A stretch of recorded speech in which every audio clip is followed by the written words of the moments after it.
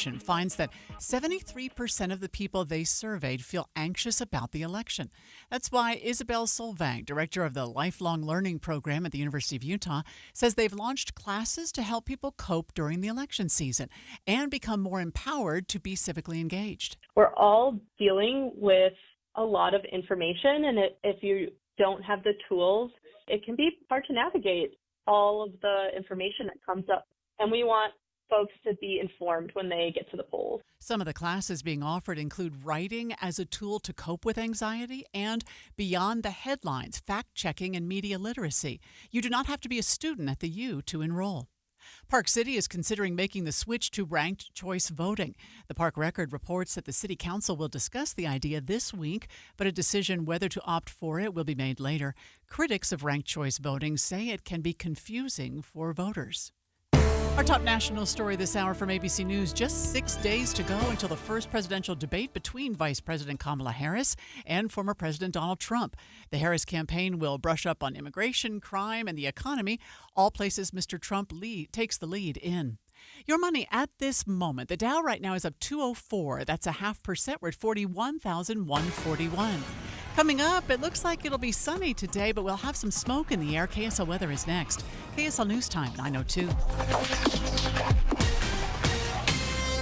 It's a priority for us at this station to bring you all sides of a story and to talk about the news fairly, completely. Get all the facts and be really aware. Utah's Morning News with us, Tim and Amanda. Weekday mornings 5 to 9 on KSL News Radio. A secure retirement just doesn't happen by accident. When that day comes, what's most important to you? Are you sure to have more money than month? What about unexpected medical costs? Do you want to leave something to the kids or the grandkids? I'm Jeff Jr. from Trajan Wealth, and I want you to know we specialize in these questions and can help make your retirement dream a reality with some of the highest guarantees in the business. Imagine getting up to a guaranteed 12% growth on your retirement income and up to a 30% bonus up front just for opening an account. If you have funds sitting idle in an old 401k or IRA, consider guaranteeing it to secure the peace of mind you deserve.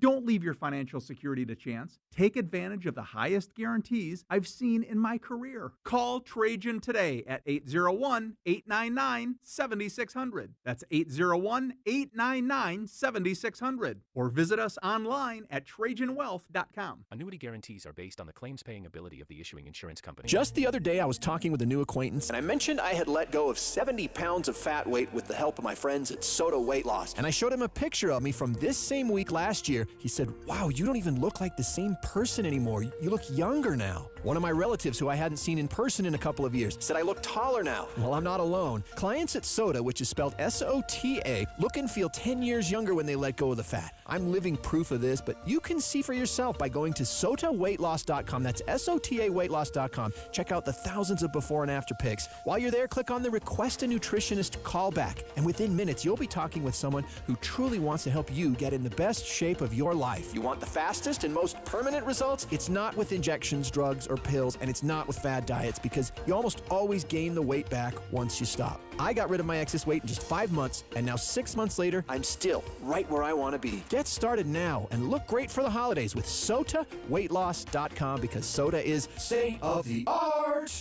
Suffering through the summer heat with an old inefficient air conditioner? It's time to chill out with a brand new system from Gillette Services. Our expert install crews can be at your door the next day, getting your home cool and comfortable fast. Right now, enjoy sizzling savings with our limited time rebates and incentives. Save over $7,500 on your new AC system. Don't wait. Call 385-GET-COOL or visit GilletteServices.com for your free estimate today. Gillette Services, your homegrown service pros, keeping you cool all summer long. The Utah RV Super Show, the premier RV event of the year, is back at the Mountain America Expo Center, Thursday, September 12th through Sunday, September 15th.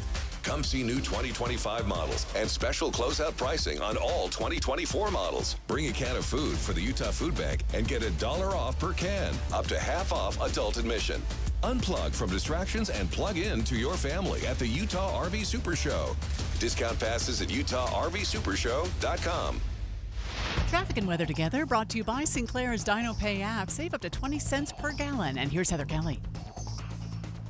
Southbound I-15, right at the 4500 South exit. The right lane of that exit ramp is blocked, so only the left lane to exit is available. That is slowing traffic down trying to get there. Then if you're northbound I-15, you've got delays between US 6 and 400 South exit in Springville. That is due to construction. The right lane is blocked there. And more delays as you round the point of the mountain, make your way from Bluffdale all the way up into Murray. Your children can't afford a home? An accessory dwelling unit could be your solution. Visit aduutah.com for more information. ADU Utah, Utah's #1 ADU specialist. Heather Kelly in the KSL Traffic Center. Today will be sunny, but we'll have some smoke in the air from wildfires. Today's high should be 83 degrees. Right now it's 67. I'm Amanda Dixon from the KSL Common Spirit Health Studios. Listen online at kslnewsradio.com. We're Utah's news, traffic, and weather station. Dave and Dujanovic, your morning companions for talk, analysis, and key perspectives on Utah's biggest stories on KSL News Radio. We are continuing our live coverage of the 4 people who were found dead in that car in West Haven. We know that they were shot to death inside that car. It was a woman, 32 years old, Dave, and 3 children. And we have their ages at 4, and then 2 and 1 years old. All 4 found dead in the vehicle with gunshot wounds. And Debbie, just heartbreaking. We have had a rash of just horrible, terrible stories, and we are trying to figure out again, is there a suspect that is loose? Is there an immediate danger? It does not appear so. Adam Small, KSL News Radio's reporter who's been on the scene all day long, still there this morning for us. Hi, Adam. Bring us up to date on the latest, not only from the police, but also from the neighborhood. Yeah, Debbie. Well, I guess to recap, anyone who's just tuning in, we know this happened in terms of when the shots were fired. That's still a little up in the air, but we do know that police found the 4 people dead inside that car. 911 call came in just before 10 o'clock last night, and they were here all night. The property is still taped off here in West Haven, where I'm sitting right now. We had a little bit of, we were struggling to get some clarity on exactly what happened up until about an hour ago, where I was able to talk with another member of the Weber County Sheriff's Office who told us that they said there's no threat to the public, and they believe that everything that happened inside that car. And right now we're still basically just waiting on autopsy results for official cause of death. They still need to do some investigating, obviously working to reach out to their family members. But like you said, a 32-year-old woman, a 4-year-old boy, a 2-year-old girl, and a 1-year-old girl, all dead. It's hard to wrap your head around, really. And the neighborhood here is just as shocked. I've already talked with one neighbor who said he knew the family really well, and he's just like, I can't believe this. Like he's just air's taken out of him this morning. Adam, where was this car found? Was it on a street, in a driveway, at a home? That's something we're still working to figure out, actually. So we've been asking that question, and some of the points of investigation police have been understandably tight-lipped as they are in very sensitive cases like this. But in terms of where the car was, I don't know exactly if it was outside or inside. They haven't taped off much on the street. I think they maybe have like one car on the street that's blocked off. I don't know if exactly that's related to the investigation or if maybe they just want to keep a wide perimeter. But in terms of where the car was, we're still working to figure that one out. Adam Small of KSL News Radio has been live on the scene for us all morning long in West Haven, where 4 people were found shot to death inside a car. A 32-year-old woman, a 4-year-old boy, 2 girls, ages 2 and 1 years old. And as always happens in situations like this, Adam, it's so incredibly emotional. I'm having a difficult time even talking to you about it, and listening to the story is just so incredibly sad. And last Dave and I heard, police hadn't confirmed that this was the mother of the children or the relationship of these 3 children to the woman. But can you expand on that for us? Do you know anything more? Well, so in terms of what police have said, because I have, again, spoken to that neighbor, so I'll tell you the 2 versions of what I've heard. So police have said they haven't confirmed, like, relationship between the woman and the 3 kids, only saying that the woman was from this area. But the neighbor that I spoke to said that he did know the woman and that he consistently saw 2 of her kids, and they've known the family over the last couple of years. This is the development out here in West Haven's on the newer side. There's a lot of new homes coming up out here. But he did tell me that he had never seen the 4-year-old before, which is something that I found interesting. But so according to the neighbor, he knows that the woman has at least 2 kids. The 4-year-old, that's still a question mark for me. But so again, that's kind of the 2 different versions I've heard up here this morning. So, Adam, it does sound like the police are being very careful with the way they're describing this. Just to be very, very clear, the indication is that there were 4 people, a woman, 3 children, 3 very young children, ages 4, 2, and 1. So it appears that the woman may have used the gun, shot the kids, and then maybe turned it on herself. It doesn't seem like there was a 5th person involved that maybe would have shot up the car or any indication with that. It seems like it all happened inside the car. Yeah, so while police haven't said exactly who fired the shots, they did explicitly answer yes when we asked, did everything that happened here happen inside that car? And they said without hesitation, yes. So it does not sound like there was a 5th party involved.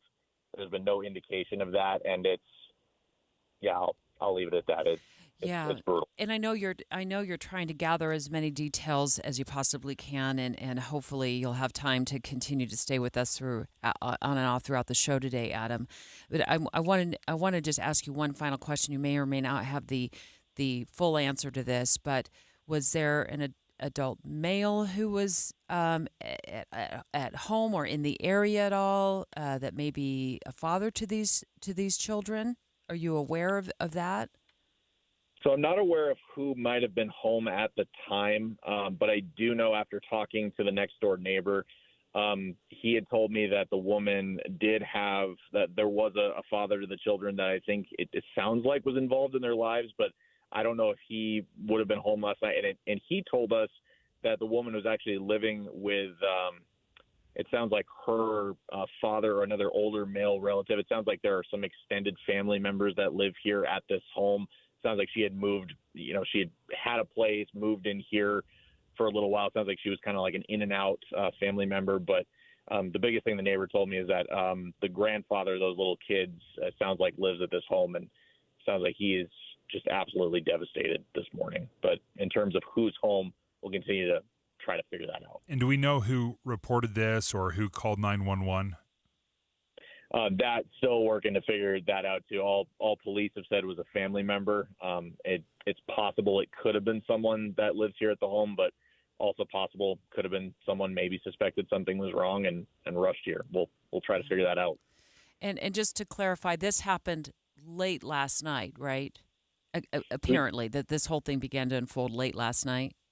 Yeah, so we know that they were found late last night, all found dead in the car. In terms of when the shots were fired, that's still something we're working to figure out exactly. I mean, I can say, though, the next door neighbor I spoke to, he said he thought he might have heard fireworks go off last night, and he thinks that maybe could have been gunshots. But again, still working to lock down some hard details for sure. Adam Small, thank you for covering this for us on KSL News Radio all morning long. It has been live in West Haven. So, Adam, thank you.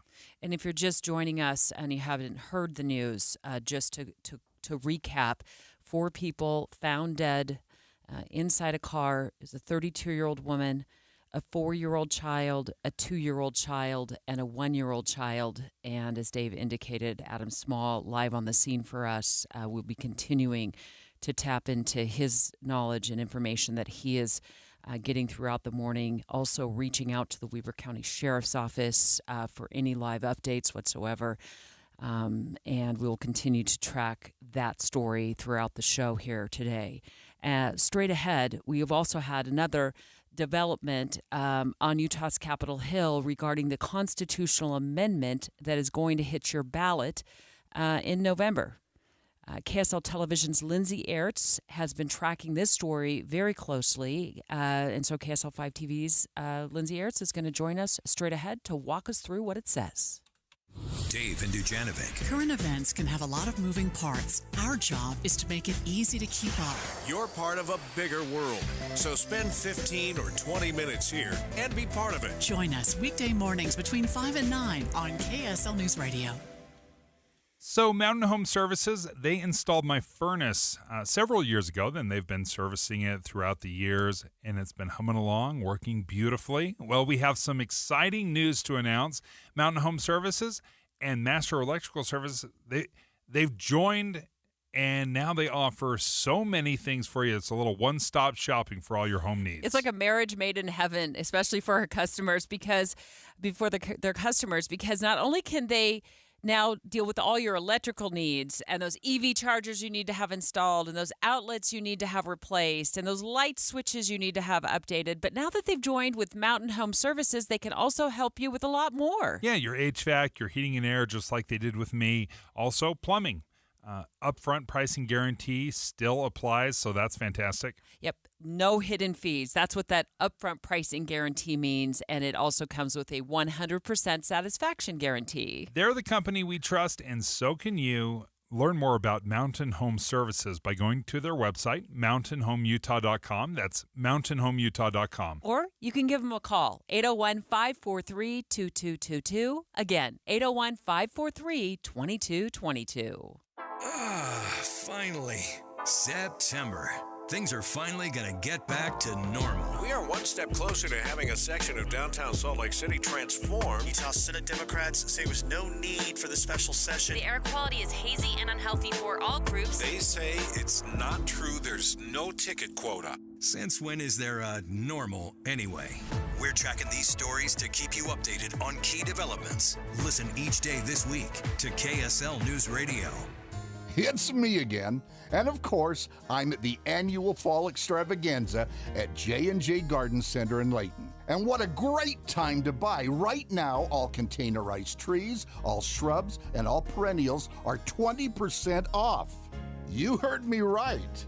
J&J's entire inventory of containerized trees, shrubs, and perennials are 20% off their regular price. J&J Garden Center definitely has the best products at the best price and most definitely the best service too. But don't take my word for it. Come experience J&J Garden Center for yourself. Take advantage of their incredible fall tree, shrub, and perennial extravaganza. Take the Layton Parkway exit, Main Street to Gentile, then west 2 miles. You've got to see it to believe it. You really do. Country grown to your home. J&J Garden Center. It's happening at pharmacies all across America. Older Americans keep asking, where are the lower prices on prescription drugs Joe Biden and Kamala Harris keep taking credit for? First, Harris cast the deciding vote for the Inflation Reduction Act, promising to lower drug prices. Then the Biden-Harris administration used the money from Medicare to bankroll their liberal green agenda. That's right. Instead of savings, seniors got a 20% premium increase, restrictions on access to medicine, and fewer cures. Now, liberals want to expand this Biden-Harris scheme that is already hurting seniors. Thankfully, Congressman Blake Moore has always fought to protect Medicare drug coverage. Call him at 202-224-3121. Urge him to keep fighting for affordable drug coverage by opposing H.R. 4895. Paid for by Seniors for Better Care. When your financial institution thinks you're awesome, they treat you that way. So let me introduce you to a whole lot of awesome. Hercules First Federal Credit Union. Hercules First Federal Credit Union delivers an awesome idea, Gold Tier Checking. Nice name, but what does it really mean? The list is long, but here's just a sample. With Gold Tier Checking, you enjoy free checking along with a new promo rate of 4.25% on balances in your checking account. You can earn points for travel with everyday spending and earn points every time you use your debit card. In fact, up to 3 times the points on certain categories like groceries. Oh, and there's no monthly fees. None. Now you know why they say Hercules First Federal Credit Union is all about customer care. Discover awesomeness at HerculesCU.com, offering high-quality service and products since 1946. HerculesCU.com. Hercules First Federal Credit Union, growing stronger together. All accounts insured to $250,000 by NCUA. The 3 things you need to know this hour. I'm Amanda Dixon. First, 4 people are dead, including 3 children, from gunshot wounds. Police are still investigating what happened. Second, state park officials were busy this Labor Day weekend checking boats for quagga mussels. Officials inspected 9,596 boats and performed 159 decontaminations in just a few days. Third, the shifting winds will bring in wildfire smoke from Idaho today, and the haze could stick around through tomorrow. Right now it's 67 degrees in Salt Lake City. Back to David Dujanovic on KSL News Radio. Dave and Dujanovic. Eye on the Hill 2024. Special coverage with Dave and Dujanovic. There will be a constitutional amendment on your ballot in November. It has to do with initiatives.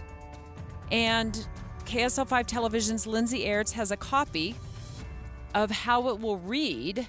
And she's going to join us in just a second to walk us through this. And Dave, as you know, what sort of triggered this constitutional amendment was a fairly recent Utah Supreme Court ruling regarding how lawmakers should handle citizens' initiatives once they're passed. Yeah, it's all about getting laws on the books. You can either do it through the standard process through the state legislature, or you can go through this initiative process.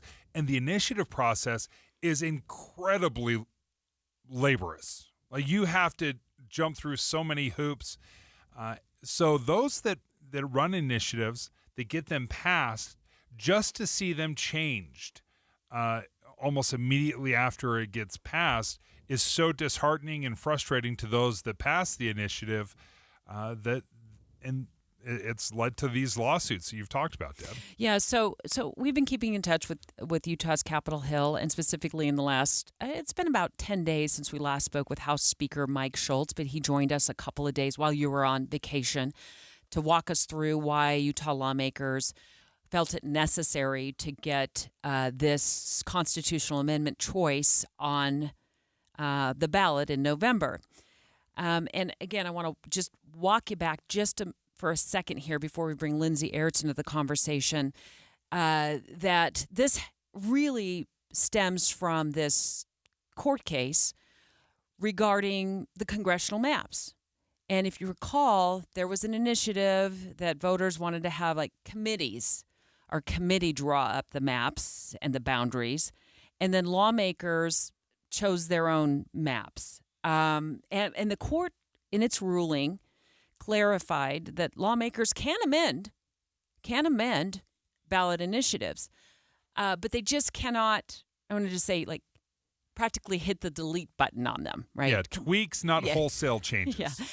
Yeah. House Speaker Mike Schultz, as I said, joined us not too long ago here on the show to explain lawmakers' reaction to the Supreme Court ruling. You know, most of the time when these initiatives come forward, they're not led by the citizens themselves, but a lot of times special interest groups.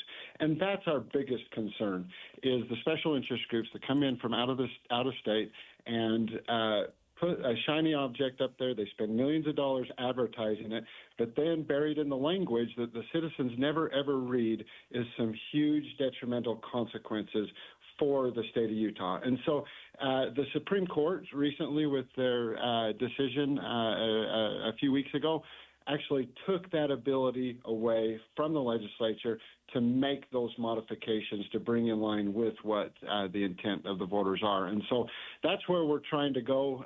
That's what we're trying to do, and that's what today's special session is about. Look, we do not want to become California. This year, there are 11 ballot initiatives on the books and on the ballot in California. KSL 5 television reporter Lindsay Aerts joins us right now. Lindsay, now they have some language of how this proposed amendment will read. Yeah, Dave, good morning, and Deb, too. This is the first time we're actually seeing the actual language, and I can tell you on my unscientific Twitter feed, it is getting a lot of reaction. But I wanted to kind of read it for you. Basically, the amendment will read, should Utah's constitution be changed to strengthen the initiative process by banning foreign influence on ballot initiatives and referendums, and clarifying that the voters and legislative bodies have the ability to amend laws. And then it runs through what would change in state law if the amendment passes. And so some of the reaction that I'm just seeing online is taking issue with some of that language. People arguing, how does it exactly strengthen the initiative process? Sure, banning foreign money could help strengthen that process to make sure outside groups can't come in, and outside meaning out-of-country groups can't come in and sway initiatives with outside money.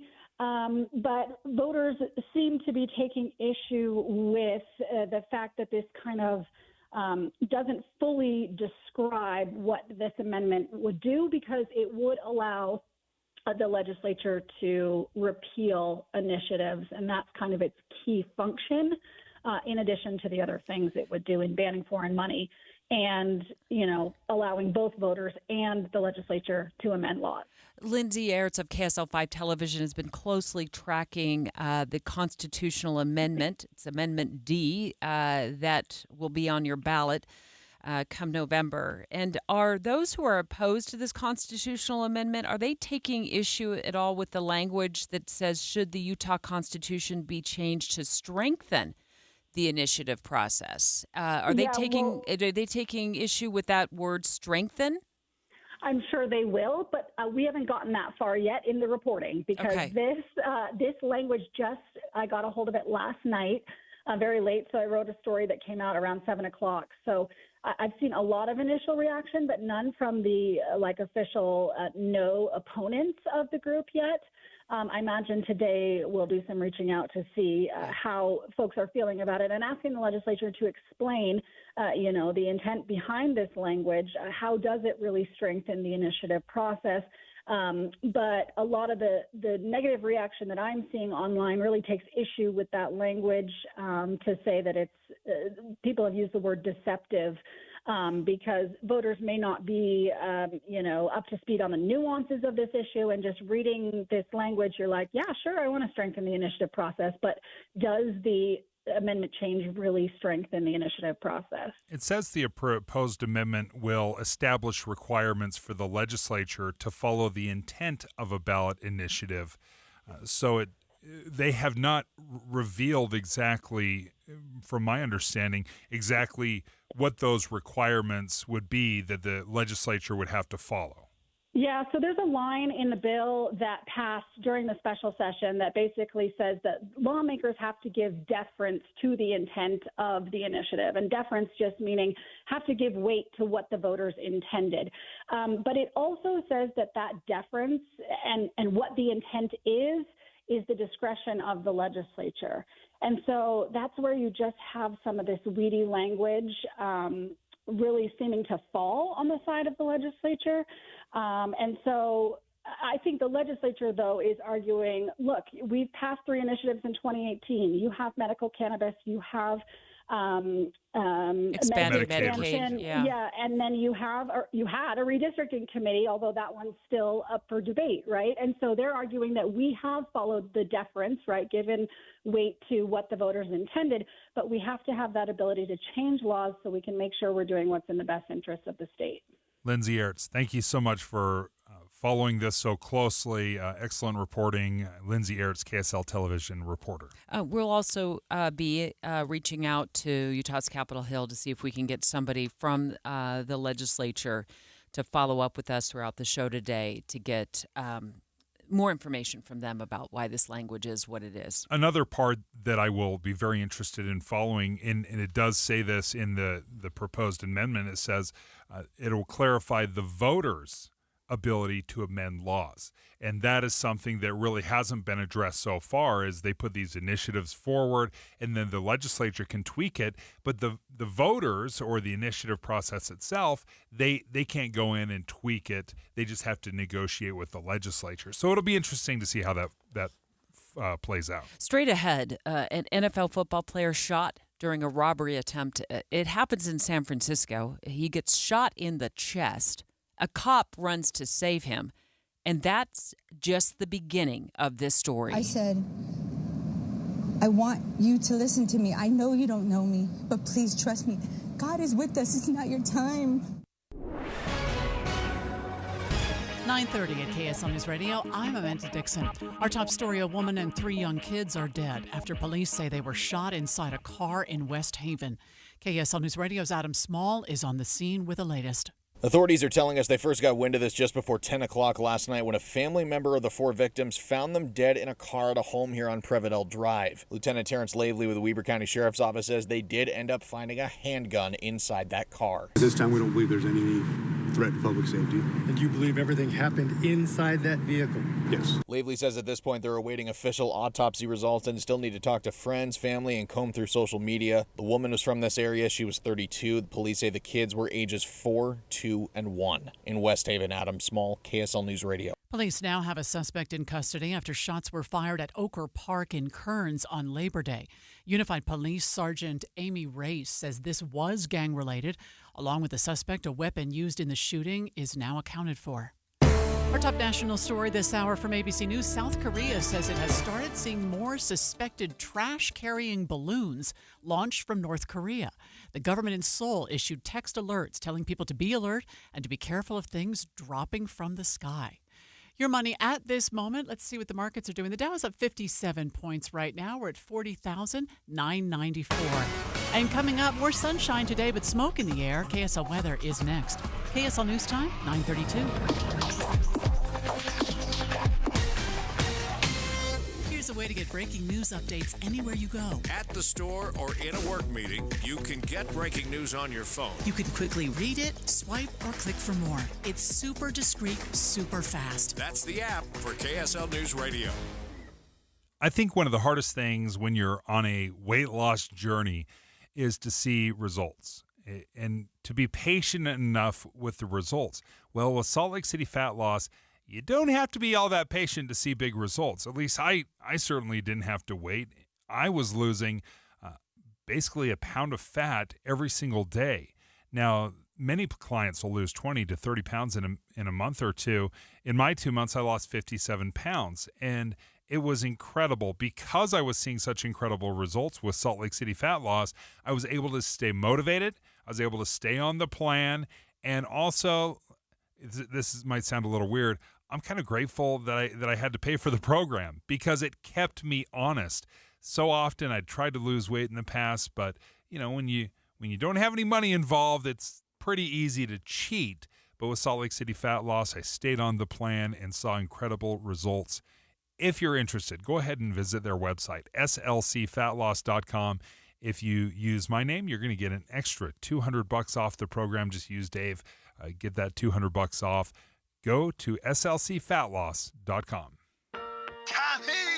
I can't wait for golf this weekend, huh, buddy? Time flies. Love you, man. Oh, don't forget your knee brace again. We aren't in college anymore. Moments together matter, so help protect yourself from RSV. If you're 75 or older or 60 plus with a chronic condition like asthma, COPD, heart disease, or severe diabetes, you're at higher risk of landing in the hospital from RSV, and there are no prescription RSV treatments. Check eligibility and schedule your RSV vaccine at vaxassist.com. Sponsored by Pfizer.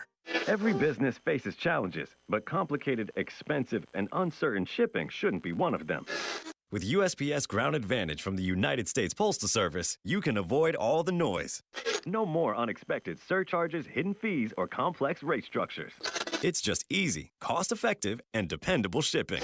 Tune your business's frequency to success and turn shipping to your advantage. Learn how at USPS.com/advantage. USPS Ground Advantage. Simple, affordable, reliable. I know this is a silly question, but wouldn't you like to have more money in your savings account? Sure. UCCU wants to help you do that with some high-rate savings options with yields up to 5.25%. So you can supercharge your savings. Take that money that you have sitting in a savings account, transfer it to UCCU, and make more money on your money. They have incredibly high yields on money market savings accounts and short-term savings certificates. We've talked about that before, but if you've forgotten a savings certificate, you just make one deposit up front and then let your money grow over a fixed period of time. And they've got them laid out for 3 months, 6 months, even 12 months. Or 5 years, whatever works for you. And if you need immediate access to your money, UCCU's Money Market will give you a high yield and anytime access. So if you've got your money in a savings account at a different lending institution, transfer it over and start earning more on your money today with yields up to 5.25%. Get a true financial advocate, one that's always outperforming the average rates of Utah banks. Go to UCCU.com. You're going to love where you bank. Traffic and weather together brought to you by Sinclair's Dino Pay app. Save up to 20 cents per gallon. And here's Heather Kelly. Well, traffic is still at a crawl northbound I-15 from the point of the mountain from Utah County up to Bangerter Highway. It was due to a crash that had been blocking the HOV lane and left lane. Now, that crash just pulled away a few minutes ago, but it's going to take time for these residual delays to clear out. And then we're still dealing with a crash southbound I-15 at the exit ramp to 4500 South in Murray. The right lane and shoulder still blocked. You have a left lane that you can exit onto the ramp at 4500 South, but it is slowing traffic down from time to time. Get started on your dream kitchen or bath countertops with special financing from Bedrock Quartz for up to 18 months. Visit bedrockquartz.com for details. That's bedrockquartz.com. Heather Kelly in the KSL Traffic Center. Today will be with some smoke in the air. That smoke from the wildfires up in Idaho. A high temperature cooler, 83 for a high today. And right now it's 69 degrees. I'm Amanda Dixon from the KSL Common Spirit Health Studios. Listen online at kslnewsradio.com. We're Utah's news, traffic, and weather station. Dave and Dujanovic, your morning companions for talk, analysis, and key perspectives on Utah's biggest stories on KSL News Radio. There are so many layers to what unfolded in the streets of San Francisco, where an NFL player was shot in the chest during an attempted robbery. And I think the most important thing to note here is that Ricky Pearsall survives. And there's a cop a minute away who runs over and tells him, it's not your time. It's not your time. Like, she is plugging up the bullet hole with her hand. I said, I want you to listen to me. I know you don't know me, but please trust me. God is with us. It's not your time. This is such an incredible story on so many levels, but you already spoiled that this said that he survived, that's great. That's what everybody needs Can to I know. spoil it even further? Sure. He's going to miss 4 NFL football games. He's going to miss a month worth of football games. He got shot in the chest, and he's going to be back to work in a month. That is incredible that you can be shot in the chest, survive, number one, and then go back to work in a month. That is unbelievable. You know what is the other really concerning layer to this? Concerning is not even the right word. The suspect is 17 years old. The suspect who shot the NFL player in the chest is 17 years old. And as an added layer of, oh my gosh, is why Ricky Pearsall was targeted. I do want to spend just a moment listening to that police officer who was right at the scene, like ran over, saw, that he'd been shot. In fact, heard the gunshots. And the story that I heard, the interview of her, she said it was like this, a clap. She radioed dispatch. She's like, those are gunshots. And she races over, and here's what she's saying. I used my right hand because this is my strong hand to seal the wound, because he's like, am I going to die? And I told him, I go, remember, you're going to be okay. You're strong, right? Because I had told him out there, be strong like you were on the field. Video capturing Pearsall being loaded into an ambulance. Sergeant Harrell still right by his side. Police say they believe the first-round draft pick was targeted because he was wearing a luxury watch. Video emerging of the alleged suspect surrounded by police. It was his Rolex. I mean, he was being robbed for his Rolex. He gets shot. And you could hear from the way that police officer was describing it, she knew who he was. She knew that this was an NFL star. An NFL football player. Yeah. He's a rookie, so he's not one of the really well-known players. It's not like somebody that you would, you just be able to spot and be like, right. oh yeah, I see him on TV all the time. Exactly. And He's football young. players in general are a little harder to recognize, because unless you're Travis Kelce, you're hidden behind a helmet. But she knew who he was, and she's telling him, fight like you do on the field. He's 23 years old. He was a first-round draft pick. For the 49ers. So we thought this story was just so important to talk about for a number of reasons. First of all, the timing here was unbelievable in terms of the cop being able to be there to help save him, but also they were there within a minute. That was the response time, according to the story I saw on ABC, and you just heard from the interview that they did with the police officer. A minute. And as a result of responding so quickly, they were also able to get their hands on the suspect right away. Yes. Right? I mean, so they don't have a manhunt going on for the suspect, and now he's been charged. So who knows if he would have gone on and committed other crimes, and there would have been other potential victims there. So that is the other thing is San Francisco has been under such a weight to clean up crime that the story that I was listening to, Dave, there said, we hope this doesn't bring another stain on the city because we have worked so hard as a police department to reduce crime and make our streets safer. It's not a crime-free environment. It's just not. Right. But they have made significant strides, and so they're concerned, okay, is this a stain on the city?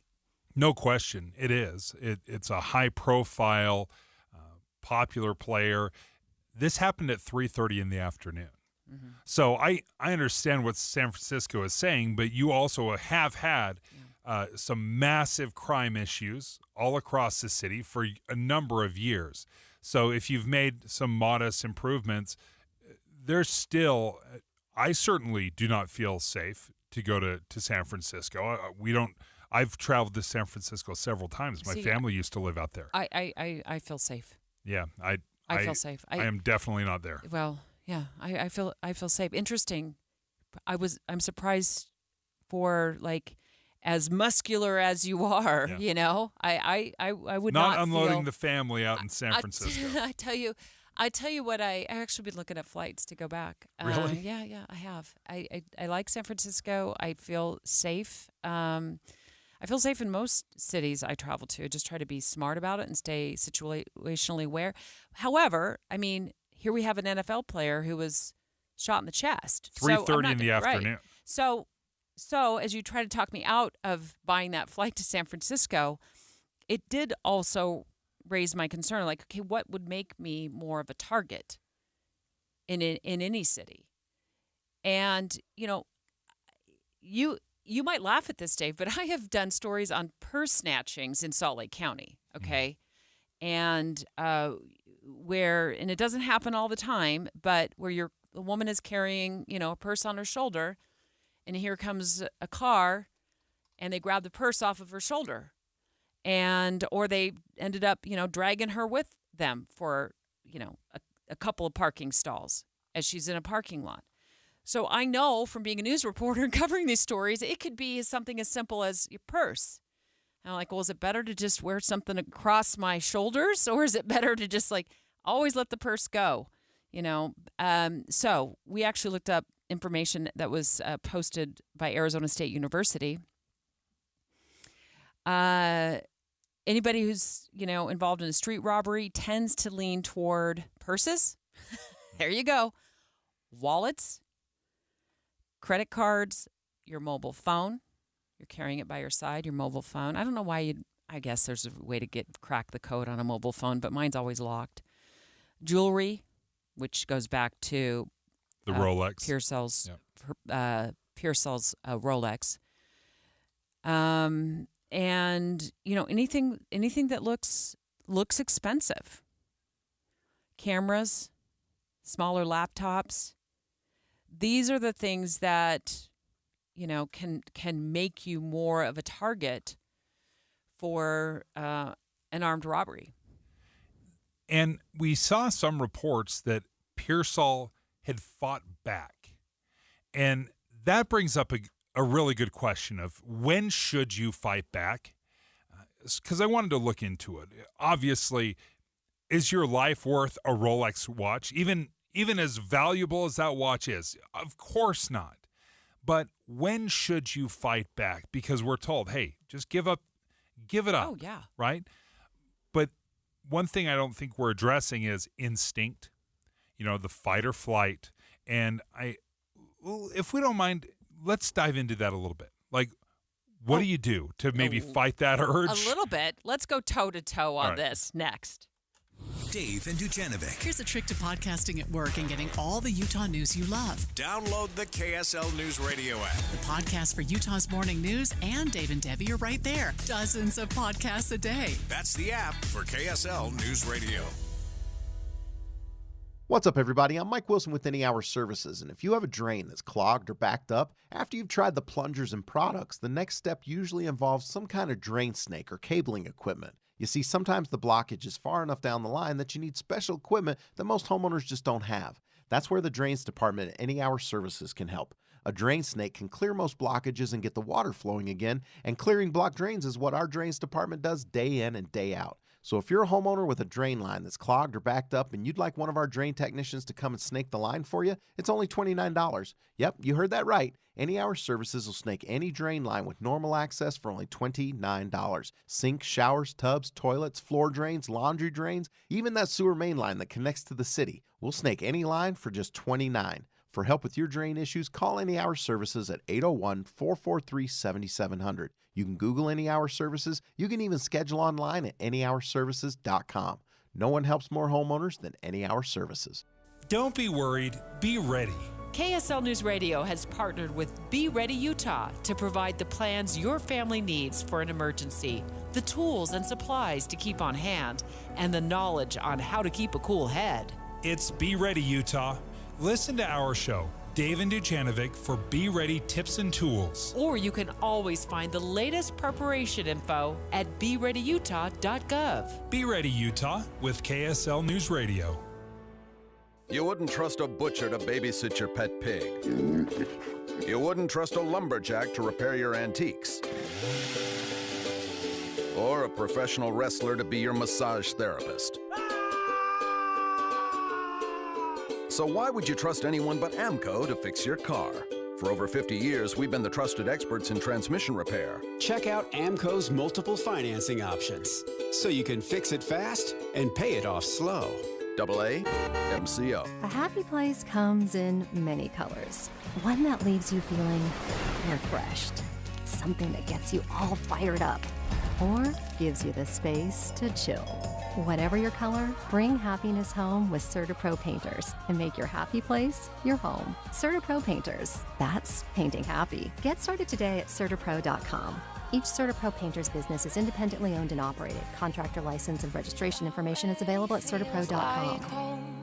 None of these 7 people scored the winning touchdown in last year's championship game. None have gone into space or gone on tour with Taylor Swift. Yet 7 special people in the community deserve your attention. And September 7th at the Utah Valley Convention Center, starting at 6 p.m., you can give it to them. Join Community Action Services and Food Bank in celebrating the contributions of 7 extraordinary members of the community. Then see the premiere of the Food and More Store, a pop-up giving experience you can only experience at this event. Plus, you'll have the chance to peek inside their new mobile food pantry. Dinner, live music, entertainment. Get details now on how you can be a part of this exceptional community night. Visit casfb.org and learn more about the evening, the individuals being honored, and how to be there to take it all in. casfb.org. Community Action Services and Food Bank, providing food and more to neighbors in need in Wasatch, Summit, and Utah counties. Master Electrical Services, home of the upfront pricing guarantee. As a roofer, I don't have time to fail. Homeowners rely on me, so I rely on Beacon. Beacon's unique network of branches work together to get me what I need when I need it. And with the Beacon Pro Plus app, I've got the brands I depend on, like GAF, right at my fingertips. Now through September 15th, purchase high-quality GAF with Beacon Pro Plus and earn up to $1,500. Go to BECN.com or download the Beacon Pro Plus app today. Beacon, always building. Progressive presents Renters MVP's Most Valuable Possessions. Today's MVP, Emily Neal's 70-inch TV. Because after watching her second-grade students yell at each other for hours, there's nothing Emily enjoys more than watching super-rich housewives also yell at each other. Why? Because those women are not her responsibility. And that's why her TV is today's MVP. Keep your most valuable possessions protected by bundling your renters and auto insurance with Progressive. Progressive Casualty Insurance Company affiliates and other insurers not available in all states. With the 3 things you need to know this hour, I'm Amanda Dixon. First, more than 100 residents from the North Salt Lake neighborhood are concerned over a new proposed homeless shelter. They say it's too close to schools in the area. Second, there will now be classes at the University of Utah to help people cope with the stress and anxiety that come with the upcoming election. And third, the language for Utah's constitutional amendment on ballot initiatives has been released, and voters will decide who gets the final say when they vote on whether or not to change the state's constitution. Right now it's 69 degrees in Salt Lake City. Back to Dave and Dujanovic on KSL News Radio. Dave and Dujanovic. Well, NFL football player Ricky Pearsall is going to miss only 4 games, thankfully, of the NFL season. And that's a miracle in and of itself, given what happened to him on the streets of San Francisco. He's walking along, middle of the afternoon, when a 17-year-old with a gun approaches him, tries to rob him of his Rolex, and shoots the NFL player in the chest. The cop who ran to save him was like, she was like, just hold on. It's not your time to go. I said, I want you to listen to me. I know you don't know me, but please trust me. God is with us. It's not your time. There's so many layers of like miraculous things that unfolded in this moment. And Dave, one of those was, you said you read that Pearsall had tried to actually fight back. And obviously, even with a 17-year-old who has a gun, it's hard to fight back against flying bullets. Yeah, you'll always lose that, right? But the San Francisco Chronicle asked that question. Was fighting the gunman the best option? And let me just tell you, from my own reaction, I think my instinct is to fight back, even though logically a Rolex is not worth my life. It's not worth the life of those around me. I understand that stuff is stuff and we can replace stuff. Here's where I think my mind goes and why my instinct is to fight.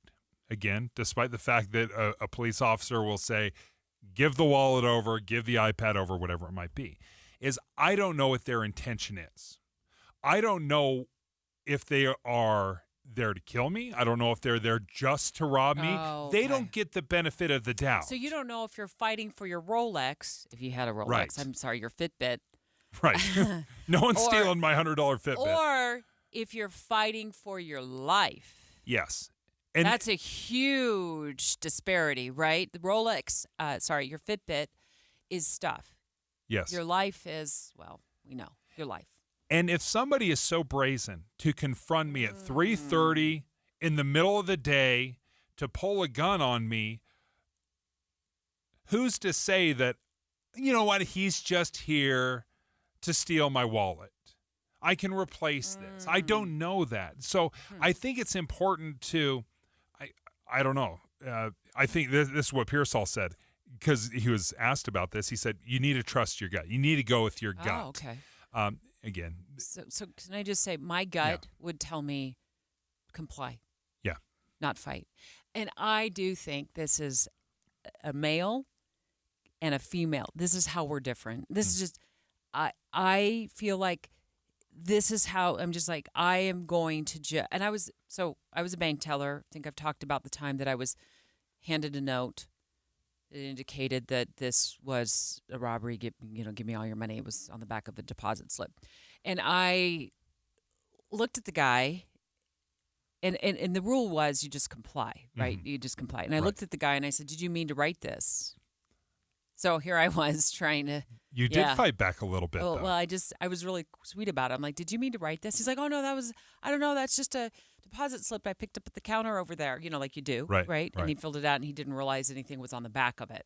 So we just started over with the deposit. But my instinct wasn't to fight back. Like you're saying, fight back. You would physically fight back. Yeah. My instinct would be if somebody were to approach me like that, like, what do you want from me? Like, here, take it. Take it. Right.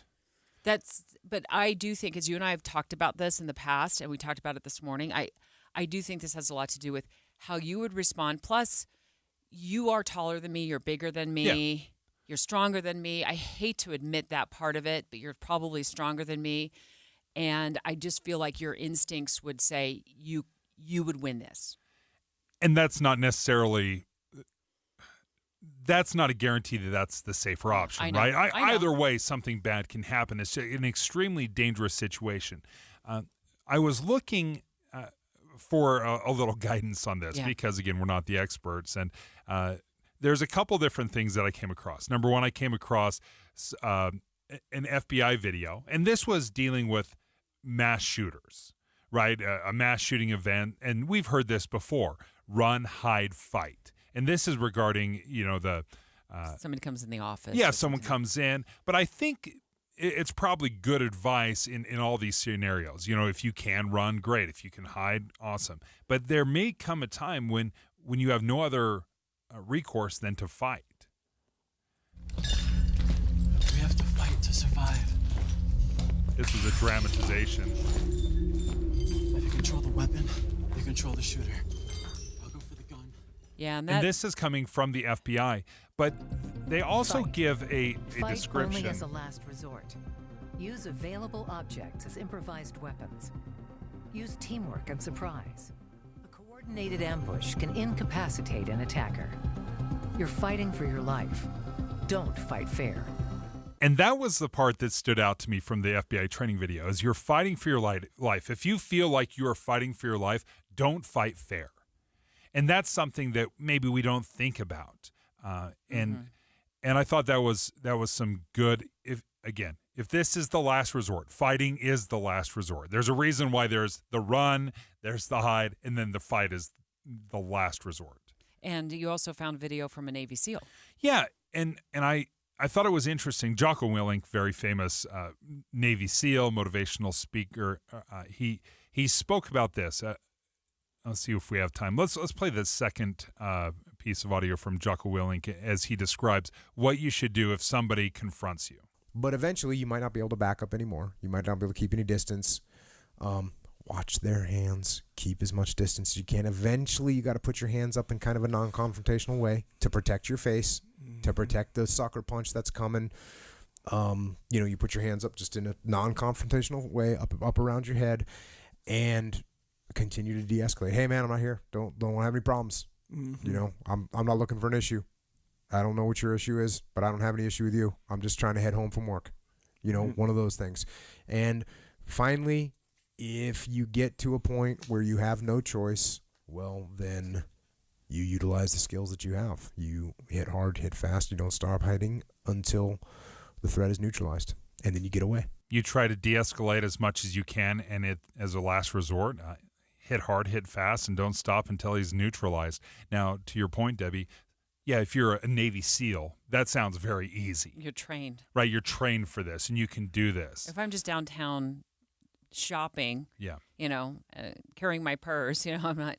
And the other thing I noticed that you do, too, a lot, Dave, that I don't do is you have your earbuds on. Oh, yeah.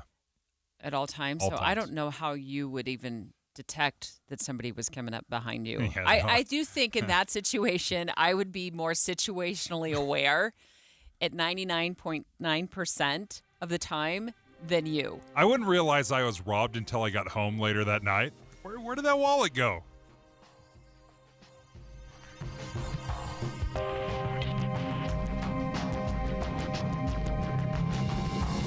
KSL FM Midvale. KSL Salt Lake City. From the KSL Common Spirit Health Studios, this is KSL News Radio. Utah's news, traffic, and weather station. It's 10 o'clock at KSL News Radio. I'm Dan Bomas. KSL's top story this hour. A woman and 3 children are dead after police say they were shot in their car in West Haven, shot in a car. Authorities say a family member called 911 after finding the 4 victims at a home on Prevedel Drive. Lieutenant Terrence Lavely with the Weber County Sheriff's Office says they did find a handgun in the car. At this time, we don't believe there's any threat to public safety. And do you believe everything happened inside that vehicle? Yes. Lavely says they're waiting now to speak with family members, friends, and then comb through social media for potential answers. Police say the 32-year-old woman was from the area. The kids were ages 4, 2, and 1. Our top national story this hour from ABC News. Pope Francis has arrived in Indonesia on the first leg of a 12-day trip. His message in Jakarta today centered on how different religions can coexist peacefully. He didn't mention any specific countries, but the Pope spoke of violent conflicts linked to religious intolerance and a desire to let one's own partial historical narrative prevail at all costs. Your money at this moment, the Dow Jones average up on the day right now, 52 points. The NASDAQ, though, is down about 8. And our KSL weather, it's going to dry out. No more of those thunderstorms like we had overnight. KSL News Time, 10:01. News doesn't just mean information or dates. It's the story of our local history being told in real time. Be a part of the story. This is Tim Hughes and Amanda Dixon. We hope to be a part of your story. We have you covered on KSL News Radio. Whether you own a local business or a global one, you know that these days, generating growth is a challenge. By teaming with Bank of America, you'll not just stay ahead of the curve, you'll move it. With access to experts, award-winning insights, and business solutions so powerful, you'll make every move matter, locally and globally. Visit bankofamerica.com/banking for business to learn more. What would you like the power to do? Copyright 2024 Bank of America N.A. Ooh, ma. What was that? That is business phone bliss with the Ooma Cloud phone system. It handles all our voice, video, and messaging needs. You sound very... Calm? I am. Ooma has everything I need to run my business more efficiently, like virtual receptionist, call routing, and video conferencing. And it starts at just $19.95 per month per user, plus taxes and fees. Ooma. Nice. Find your business comm at ooma.com/radio. Les Olson IT is now a Rico Graphic Arts and Production Systems dealer. Rico chose Les Olson because of our reputation for superior service and national recognition. Les Olson IT chose Rico Graphics because they're the best value compared to other commercial-grade printers. Rico excels in high volume, high speed, high resolution, and offers an exciting 5th color. Learn more at lesolson.com. Les Olson IT.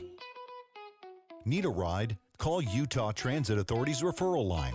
This dedicated phone number is a resource created specifically for individuals with disabilities, aging adults over the age of 60, and veterans who need temporary assistance finding specialized transportation solutions. Simply give us a call at 801-287-2870. Leave your name and phone number, and a UTA representative will get back to you soon. If you're facing ongoing day-to-day transportation challenges, the UTA referral line is here to help. From medical appointments to the grocery store, we're here to get you where you need to go. Please call 801-287-2870. This dedicated phone number is a resource created specifically for individuals with disabilities, aging adults over the age of 60, and veterans who need temporary assistance finding specialized transportation solutions. 801-287-2870. That's 801-287-2870.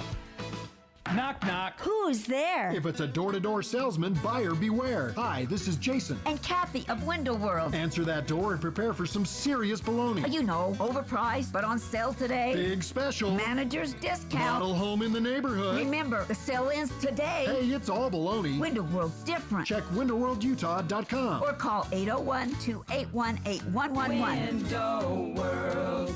Simply the best for less. And as Doug always said, that's no baloney. Traffic and weather together, brought to you by Sinclair's DinoPay app. Save up to 20 cents per gallon. And here's Heather Kelly. Both lanes are now open. Southbound I-15 trying to exit at 4500 South in Murray, but the crash is still there. It's all the way over on the right shoulder now. Not really causing delays, just use a bit of caution. You have pretty good speeds on I-15 throughout Utah, Salt Lake, Davis, and Weber counties. No problems right now on the 201 freeway or I-80 through Parley's Canyon. Heather Kelly in the KSL Traffic Center. Sunny and 83 for a high today with some wildfire smoke affecting air quality. Temperatures rise back into the 90s for the weekend. Right now, 69 degrees and sunny. I'm Dan Bomas from the KSL Common Spirit Health Studios. Listen online at kslnewsradio.com. We're Utah's news, traffic, and weather station. Dave and Dujanovic, your morning companions for talk, analysis, and key perspectives on Utah's biggest stories. On KSL News Radio, Dave and Dujanovic. Special coverage of the top local story. And we are continuing to follow the story that was developing overnight and throughout the morning. 4 people were found shot to death inside a car in West Haven, which is in Weber County. A woman in her 30s, 3 children, ages 4, 2, and 1 years old. And our KSL News Radio's Adam Small has been out in the neighborhood. We're going to hear from neighbors, or a neighbor who's spoken to Dave, and also he's going to bring us an update in just a moment on what's developed. One of the hardest parts about these tragedies is we have 1,000,001 questions, and we want them all answered immediately. And right now, police are still investigating. We do know, or at least police have indicated they don't believe there is a 5th person involved, that everything that happened was inside the car. It appears that the woman may have shot all 3 of those children and then perhaps turned the gun on herself. Again, the investigation is continuing, but there is not a suspect on the loose that they are looking for.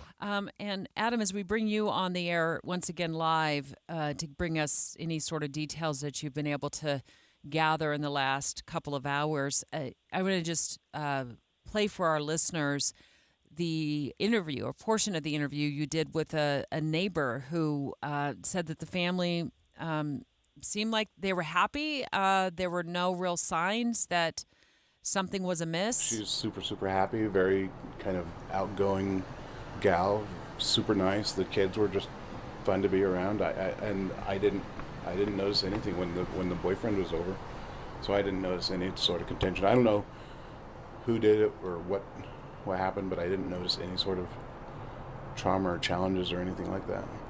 Adam Small joining us right now has been at West Haven all morning long. Adam, what else have you learned from the neighbors in this community? Yeah, well, Darren said it just a lot more of what you heard there, where Darren King, he told me that basically, so the extended family that we were talking about earlier, so it sounds like so the woman's father, the kid's grandfather, and I guess one of her brothers actually built this house. It's a newer development that's come up in the last few years. Darren and next door neighbors actually built their houses and moved in within weeks of each other. They'd lived here for a couple of years. And he basically was like, yeah, they're just the sweetest kids in the world. And again, he said he had never run into the 4-year-old who died in this. It was always described the 2-year-old and the 1-year-old just as the sweetest little kids, would always wave over, say hi. Darren actually said he would run them out popsicles all the time. They runs a bounce house business, let him family borrow one for the 1-year-old's birthday recently. He had told me that the mom of these 2 kids they'd just moved back in within the last month or so. And yeah, the biggest thing is that he didn't see any signs of problems, contention. And then you can imagine Dave mentioned 1,000,001 questions. You can imagine the questions going through heads of people like Darren, where like you just can't tell anything's wrong. So, Adam, at this point, we don't have official word from law enforcement that she was indeed, or they haven't confirmed that she was indeed the mother of all three children. Do you have that information yet confirmed? So they haven't confirmed that yet. So what I had learned from Darren specifically is that he knew, and they've lived around each other for a couple of years. He knows she had two of the kids at the very least were hers. But in terms of police, we're still waiting on them. So you're speaking of Darren King, who's a neighbor who lives nearby, and let me again play that audio that. From when you spoke to him earlier. We were trying to piece together that last night because we'd never seen a third child. We'd only seen the two, and so I don't know if this is a child that maybe father had custody of, but we'd never seen a third child. We'd only seen two. We'd only seen the 1-year-old and the 2-year-old little boy. And so to clarify, it was the 2-year-old and the 1-year-old girls that the neighbors had seen, but not the 4-year-old boy who was also found in the car. Oh, yeah. So Darren, he said that he had never seen the 4-year-old boy, but he said that the 2-year-old was also a boy. And this is a question that I'm still having to reach out with police, because the police very specifically said 4-year-old boy, and then a 2-year-old and 1-year-old, both girls. But Darren is saying he's always just seen a 2-year-old boy and a 1-year-old girl. Sorry, I know that's a lot of numbers and everything, but that's exactly what Darren has said. He'd always seen the 2-year-old and the 1-year-old just, coming home with mom, having a great time. Again, had that birthday party recently for the 1-year-old girl where he loaned him a bounce house, and they just said like they seemed like the happiest, sweetest family. Like they couldn't tell anything was wrong. Adam, have you could you describe, is this in a neighborhood? Is this an apartment complex? Is this at a park that you know of? Where was this located at? So it looks like so it is a neighborhood. It's not a complex, but I would assume it's an HOA neighborhood. Houses are all pretty similar, grouped together, and obviously I don't see mailboxes, so that's my best assumption here. But yeah, it's just a neighborhood of houses built here in the last, I'd say 2-3 years. And Darren lives literally right next door to this family and where this happened, and where this woman and these 3 kids died last night. And again, he had told me that he thought he may have heard something that sounded like fireworks going off last night, but he didn't think anything of it. I know we were coming just out of Labor Day, and he didn't know if maybe anyone would have been celebrating in that manner. I know it's not conventional for Labor Day, but it's all houses very close together. But in terms of like hearing the gunshots, that's something that even the people right next door couldn't even fully make it out. So it's been one interesting and thing. just real quickly, and we're going to get to breaking news here in just a moment out of Georgia, but have Weaver County Sheriff's, have detectives or the Sheriff's Office indicated when they're going to bring us an update? They haven't yet. I'm hoping within the next couple of hours. Okay. I imagine they're spinning their tails on this, but yeah, we'll keep you updated. But they haven't said for sure. Thanks yet. so much, Adam Small, up in West Haven for us, where 4 people were found dead, including 3 children and a 32-year-old woman inside a car. We're going to go to breaking news now. CNN and other news organizations reporting that there are casualties reported at a high school in Georgia, and they have a suspect in custody. Let's listen in. One suspect is in custody. The details on the casualties and on the number and on their conditions are not available at this time. The Sheriff's Office says authorities were dispatched around 10:23 a.m. They say it is an ongoing situation. Again, Neil, when we look at kind of what we're actually seeing on the screen right now in terms of students have clearly been streaming out over the course of the last 15 or 20 minutes or so. Many of them were gathered on the football field at one time. The school has directed students with transportation to go home. The Sheriff's Office says this is an ongoing situation, but it does seem the lockdown has been lifted, which the point you've made several times is this should signal that things are at least somewhat under control. Yeah, absolutely. But as the sheriff said, it's an ongoing situation because there's still a lot of work that needs to be done on the back end of this. And one of those is getting witnesses. So these kids who are now going home. So let's bring you up to date on what we know about the details. CNN, Fox News, other news organizations reporting that there has been some sort of an incident at a Georgia high school. And that video from inside the school shows at least outside the school, shows at least 5 ambulances, a lot of police activity, a medical chopper, and that a local hospital is now taking in patients with gunshot wounds related to this situation in Georgia. And Debbie, as we're watching a live feed from a helicopter of Appalachia High School, as you see that hundreds of students have left the school, they've gathered around the football field, and you see a huge police presence there as we're watching kids kind of milling around and police officers patrolling the area. We're going to continue to follow this story. I think the news stations in Atlanta themselves are carrying this live, so we'll go ahead and start looking for live feeds out of Atlanta. But let's go ahead and cut to break now and see if we can gather more details throughout the break about what appears to be a major incident involving casualties at a high school in Georgia. Dave and Dujanovic. A lot of us are filling our workdays with podcasts. When you're working, go to KSLNewsRadio.com. Click on Dave and Debbie's podcast and pick a topic and story length. Podcast with Dave and Debbie. Then get to work with KSL News Radio. You've heard me talking about Salt Lake City fat loss for months now. I started back in February.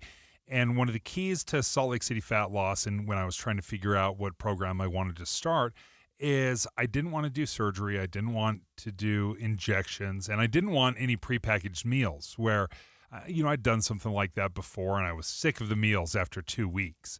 So I was looking for these things. And Salt Lake City fat loss checked every box. No surgery, no injections, no prepackaged meals. Many clients will lose 20 to 30 pounds in a month or two. Well, I lost 25 pounds in the first 3 weeks. I lost 57 over 2 months, and I feel great. It was great. I had great energy. I wasn't sluggish.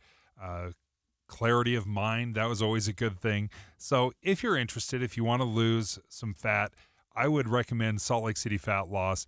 SLCfatloss.com is the website. If you use my name, you're going to get an extra $200 off the program. Just go to SLCfatloss.com.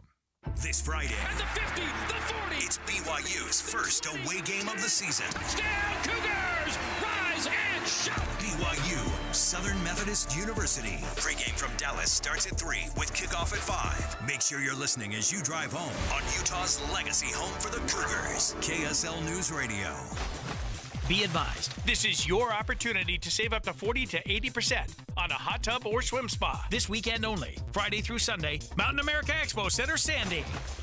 Be advised, this is your opportunity to save up to 40 to 80% on a hot tub or swim spa this weekend only. Friday through Sunday, Mountain America Expo Center, Sandy. 18-month interest-free financing. Our factories have demanded we sell 1,000 hot tubs and swim spas this weekend. Mountain America Expo Center, Sandy. Huge factory incentives, factory rebates this weekend only. Mountain America Expo Center, Sandy. We can remove your old hot tub. Free delivery of your new hot tub. Hot tub starting at $2,999. Mountain America Expo Center, Sandy. Free delivery of your new hot tub. Just relax and enjoy. Mountain America Expo Center, Sandy. Friday, 2 p.m. to 8 p.m. Saturday, 10 a.m. to 8 p.m. Sunday, 10 a.m. to 6 p.m. Free admission, free parking, free delivery. Mountain America Expo Center, Sandy. Call 833-SPA-SALE or visit hottubandSwimSpaSale.com. It's happening at pharmacies all across America. Older Americans keep asking, where are the lower prices on prescription drugs Joe Biden and Kamala Harris keep taking credit for? First, Harris cast the deciding vote for the Inflation Reduction Act, promising to lower drug prices. Then the Biden-Harris administration used the money from Medicare to bankroll their liberal green agenda. That's right. Instead of savings, seniors got a 20% premium increase, restrictions on access to medicine, and fewer cures. Now, liberals want to expand this Biden-Harris scheme that is already hurting seniors. Thankfully, Congressman Blake Moore has always fought to protect Medicare drug coverage. Call him at 202-224-3121. Urge him to keep fighting for affordable drug coverage by opposing H.R. 4895. Paid for by Seniors for Better Care. Getting help with plumbing repairs is easier than you think. All you have to do is call Any Hour Services or schedule an appointment at anyhourservices.com. No one helps more homeowners than Any Hour Services. Drivers who switch and save with Progressive could save hundreds, which could be life-changing. I mean, you could put that money towards concert tickets for your daughter to see that singer who sings about painful breakups. And one song will inspire your little beauty to break up with that beast she's dating, Brian. Instead, she'll date someone who's nice and worthy of her love, not someone who addresses you and your spouse as bro. And it's all because you could save money switching at Progressive.com. Progressive Casualty Insurance Company and affiliates, not available in all states. Why choose a Sleep Number smart bed? Can I make my side softer? Can I make my side firmer whenever I want?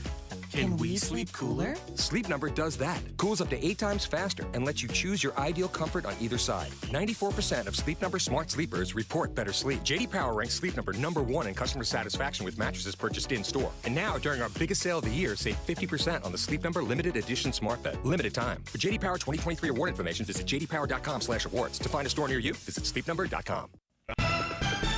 With the 3 things you need to know this hour, I'm Dan Bomas. First, Weber County deputies still working to sort out what happened with a woman and 3 very young children, all found shot to death in a car in West Haven. Second, Pope Francis was in Indonesia today, his first stop on a 12-day international tour. And third, the University of Utah offering classes on how to be more civic-minded to sort out misinformation in the news media. 69 degrees and sunny in Salt Lake City. And back to Dave and Dujanovic on KSL News Radio. Well, Fox 5 television in Atlanta is reporting that there's been a shooting. They've received reports of a shooting at Appalachia High School, in Winder, which is about an hour outside of Atlanta, Dave. And you've been looking over some details, trying to figure out what is going on there. What have you found out? Let's jump into WRDW. It's a local television station there who's giving a live report as we speak. But we're keeping our eyes on that as well. We did have a state patrol trooper come through here and say, if you're just arriving, meet at the football stadium. So I presume that information was directed towards any parents that may be arriving to check on their children. That's happening at this hour as well. But a very involved, chaotic scene. Several law enforcement agencies are here. We talked about State Patrol, City of Monroe, Barrow County, Gwinnett County, GBI, all of them here.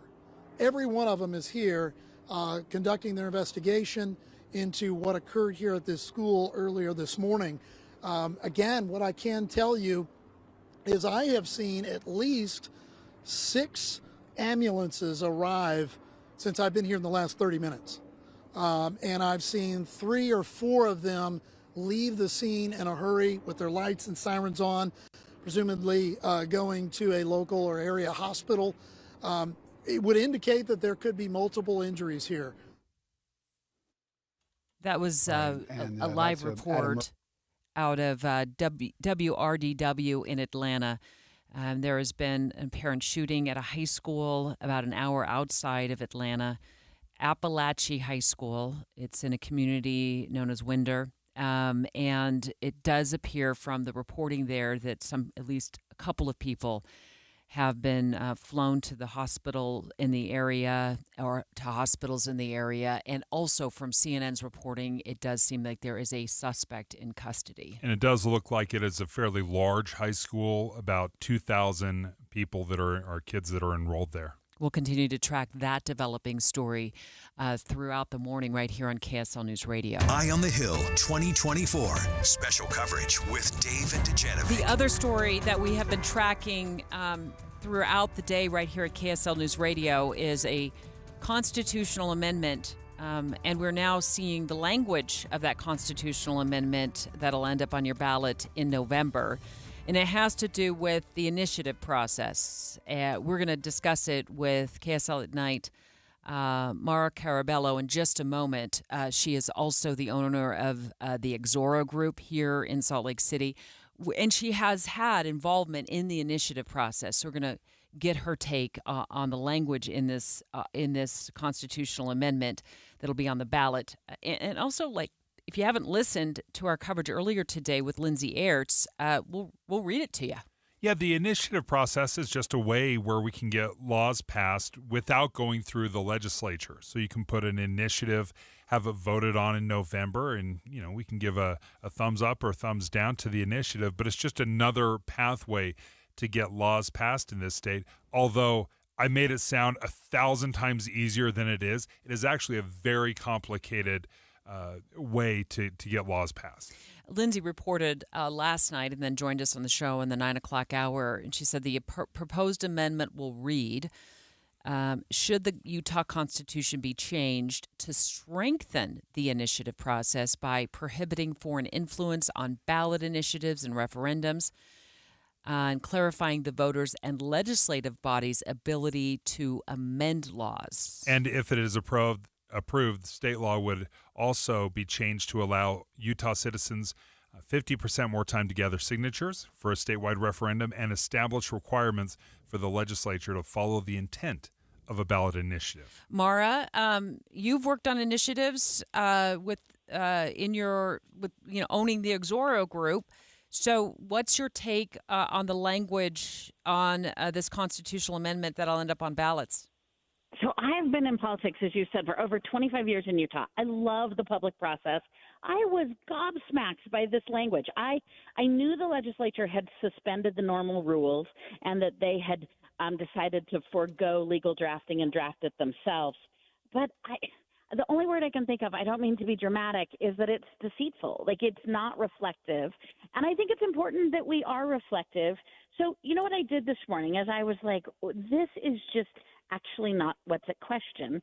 So I'm going to go to what I think people should do, because I don't think the language adequately explains the voter choice. So it's the bill that actually would be enacted is SJR, which stands for Senate Joint Resolution, SJR 401. And if you go to le.utah.gov, you can actually just read the bill yourself. And I'm going to encourage every listener to do that, because the ballot language is so biased and so actually inaccurate. It's a big stinking deal to amend our Constitution, and we should at least know what we're voting on. What about it is bias in your view? So the constitutional question does two things. One, it talks about contributions from foreign governments. And so the first note here is this doesn't require a constitutional change. So the real question about foreign contributions is, do you want to change the Constitution, or do you want to just encourage the legislature to make common law, which is where it lives for candidates that lives in common law. So I'm concerned that we're going to codify the Constitution when the legislature could just make this change on our behalf. The second one is it acts like the amendment is amending a ballot measure is the big to-do.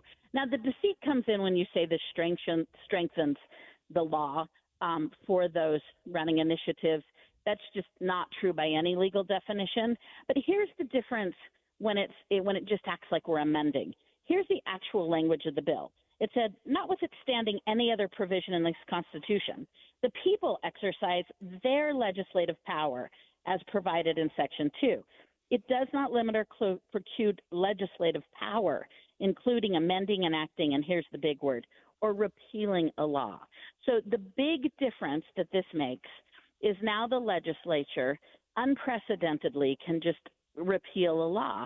That's not even found in the ballot language. So I don't know how you're going to vote for or against, but you should at least be given a more accurate assessment of what your vote is doing. So practically speaking, what this would allow the legislature to do if an initiative is passed, because right now they can tweak it and make it work, but it's more subtle changes. This would allow both for those subtle changes or wholesale changes, correct? Right. They could totally repeal it if they want. And Dave, what's really important is the ruling that the Supreme Court, which is what the legislature is responding to, they were very narrow in their definition. They were only talking about things like the better boundaries that actually seek to amend that seek to change our form of government. So, yeah, essentially it says they can repeal. The net effect to those of us who have run ballot measures is to just say, don't try it because the legislature can just toss it out. So, in fact, you're almost taking away the exercise of the citizens' vote there if the next session the legislature can just repeal it. But that was always kind of the case, right? I mean, this wouldn't change. The legislature could always make pretty radical changes if they so chose. And they didn't always choose to make radical changes. Sometimes they just tweaked it. They've always amended, but you're right, it's about how much. But the difference between amending and repealing is not insignificant. Right. It's 10 miles apart. And so by adding the word repeal or the deceitfulness of the ballot question not having the word repeal, I mean, most of us believe, we all believe amending has to go on. Laws need to grow and change over time. That's not in question. What is new is this repealing power. So they're giving the final say is always the legislature, and this significantly takes away the power of the voter initiative, the power of the people to petition their government. And remember, the Supreme Court was just talking about change of government. Well, we appreciate your insight. Maura Carabello, the owner of the Exoro Group, is also a co-host of KSL at Night. And as I do read the proposed amendments, Debbie, nowhere does it say that I can see that it says it will have the ability to repeal a law. It just talks about the ability to amend laws. So if indeed it does give the legislature power to repeal the law, then, yeah, that's a significant omission. Maura, thank you.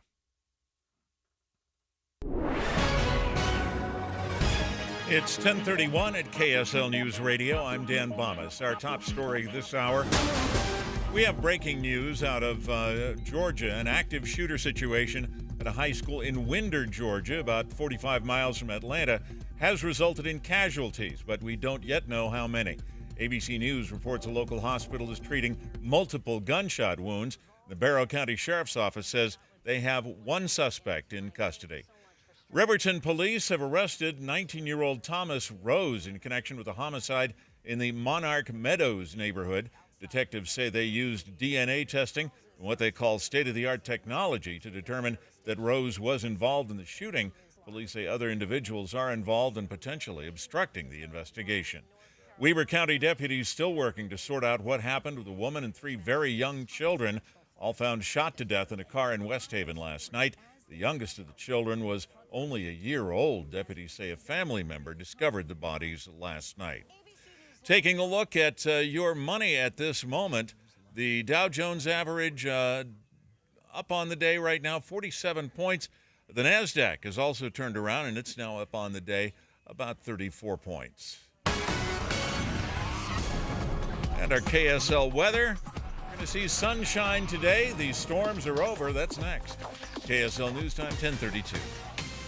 You know what's great about KSL's traffic coverage? Trained traffic reporters and real listeners. Trading information and making the commute safer and faster for everyone. Every 10 minutes on the 9s, we have you covered on KSL News Radio.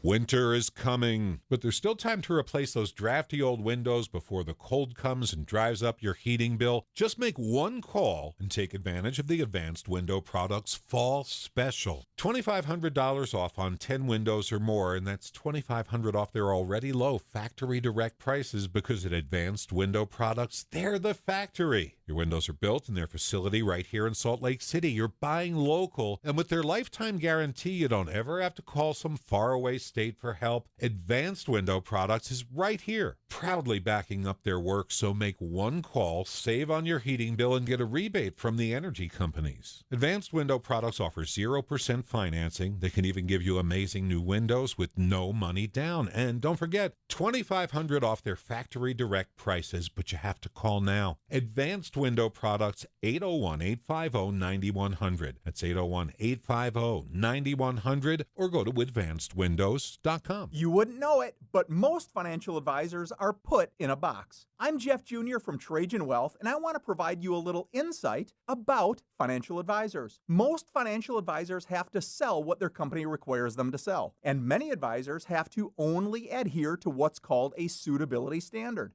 A suitability standard is a limited standard of care, not requiring what's sold to be best just suitable.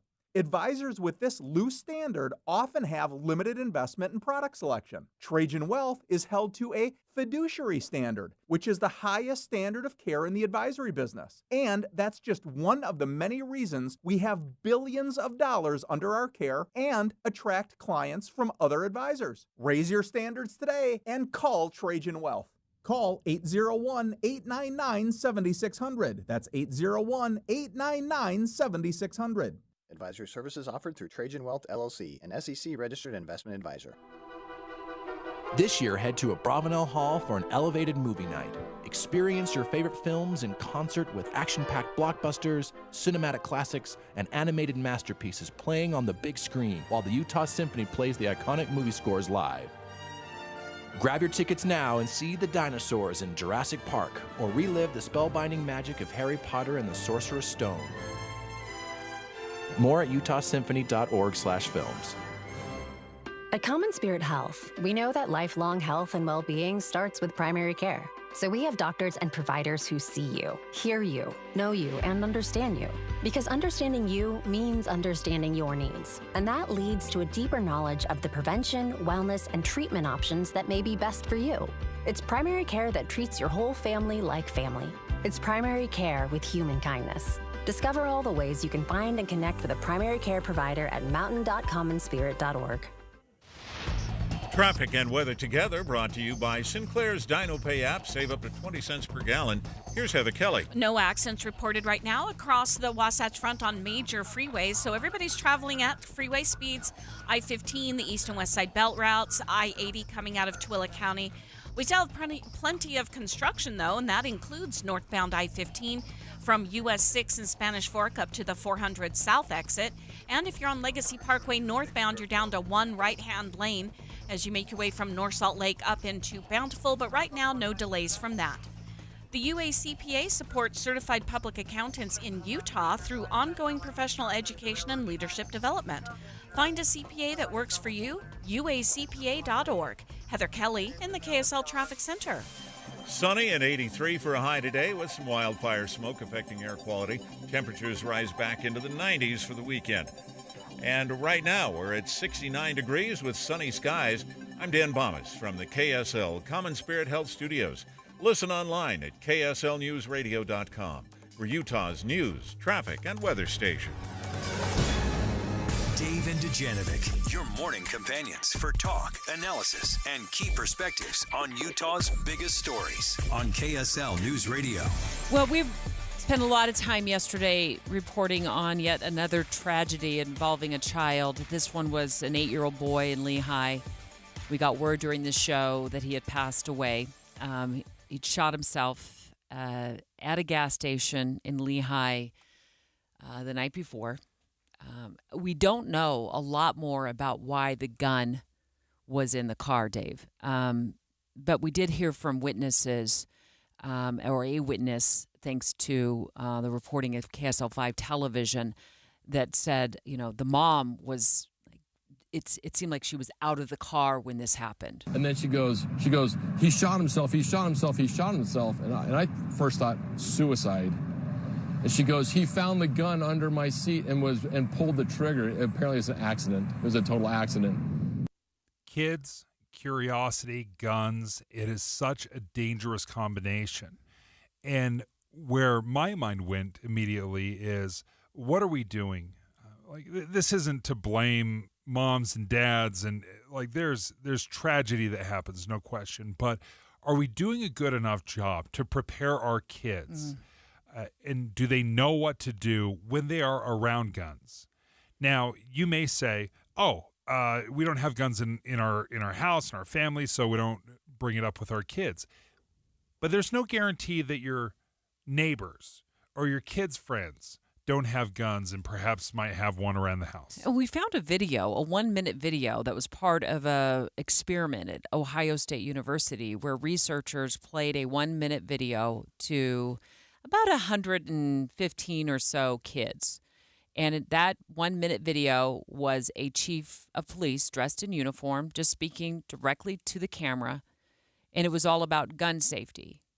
And then they showed to about another 115 or so kids a video about car safety. The car safety kids didn't see the gun video. The gun safety kids did not see the car safety video. And then a week later, they put all the kids in a lab with toys and games and 2 guns that had been disabled. Thanks, Dave. In a drawer. Yeah. Here's just a portion of that gun safety video. It was a really simple, pretty boring message. I am here today to discuss gun safety.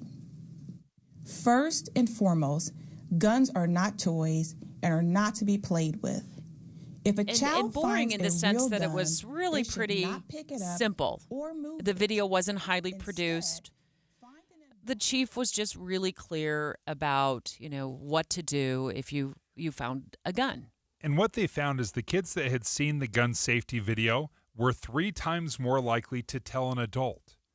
They were less likely to examine the gun or play with the gun or pull the trigger of the gun when they found it. So the gun safety video was extremely beneficial. It was helpful. And what we just learned yesterday is that Utah has a very similar gun safety video, but it's not 1 minute long. It's 5 minutes long. It's estimated that over 42% of all households in Utah own guns. Many people hunt with guns or keep them for home defense. Some even like to shoot at the range or on their property recreationally. The point is, guns. And this video was very well produced. It was very interesting. It was well written.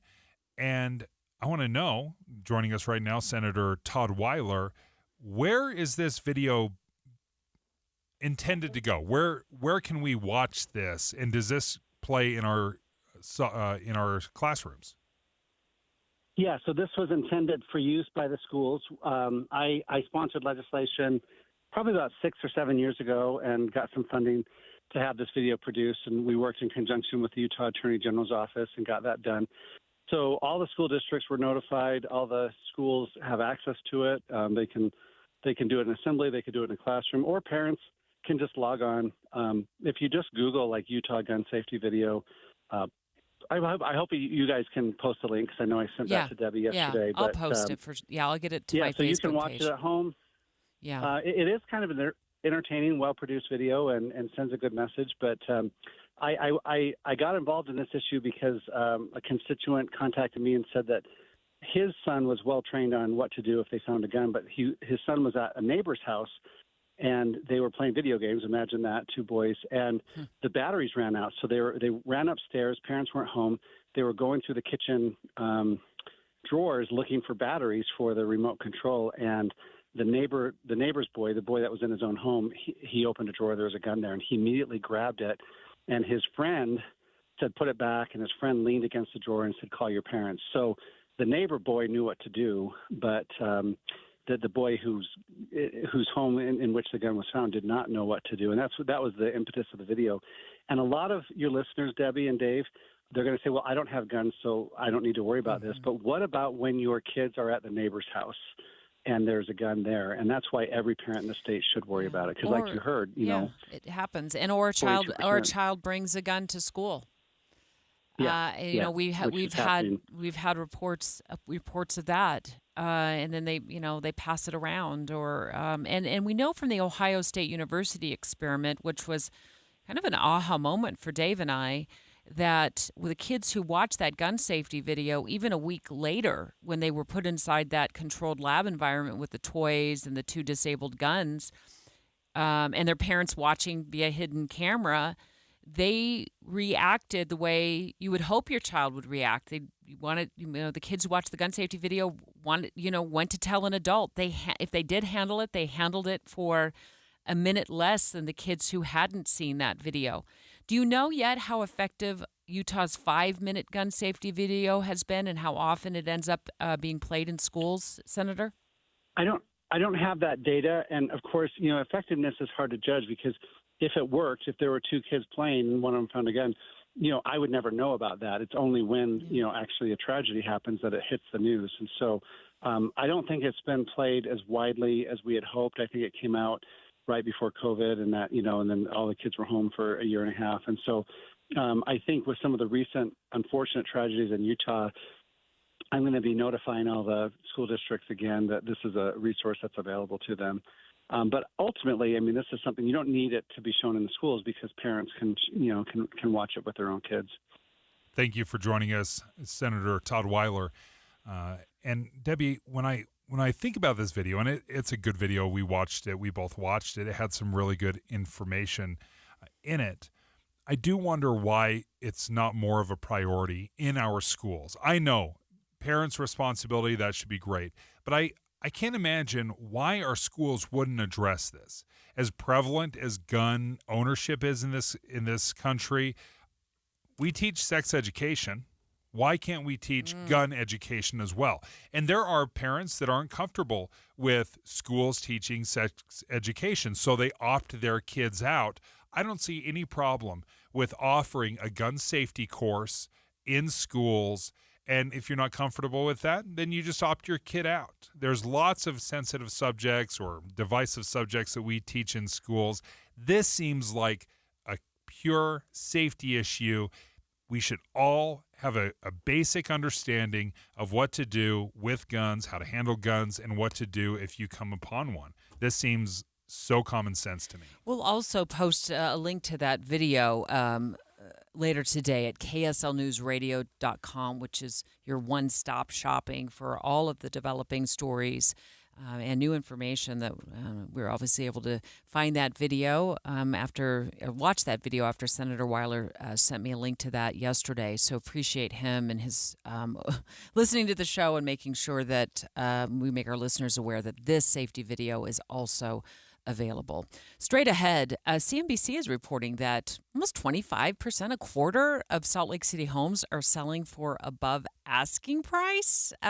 We love that the Stern team helps partner with us. They partner with us for our coverage of the latest in the housing market because we know that the housing market is so important to Utah families. So let's dive into this latest report about home sales over asking price next. Dave and Dujanovic. You know KSL is the only news radio for your car, right? The only news radio for your smart speaker. Come here in the morning. It's the latest news and traffic. In the afternoon, news and updated weather. We have you covered at KSL News Radio.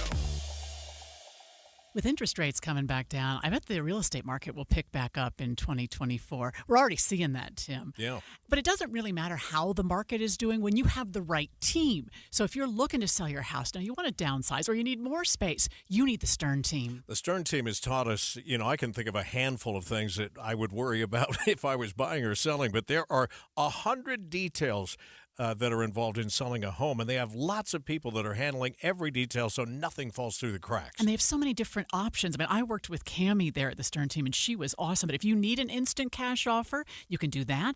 If you need to buy before you sell, you can do that. They have flexible fees. They also have people that they represent that are looking to buy a home, so maybe they can make that perfect connection within the Stern team. So don't put off selling your house or buying a house because you think the market isn't just right. The market is right with the Stern team.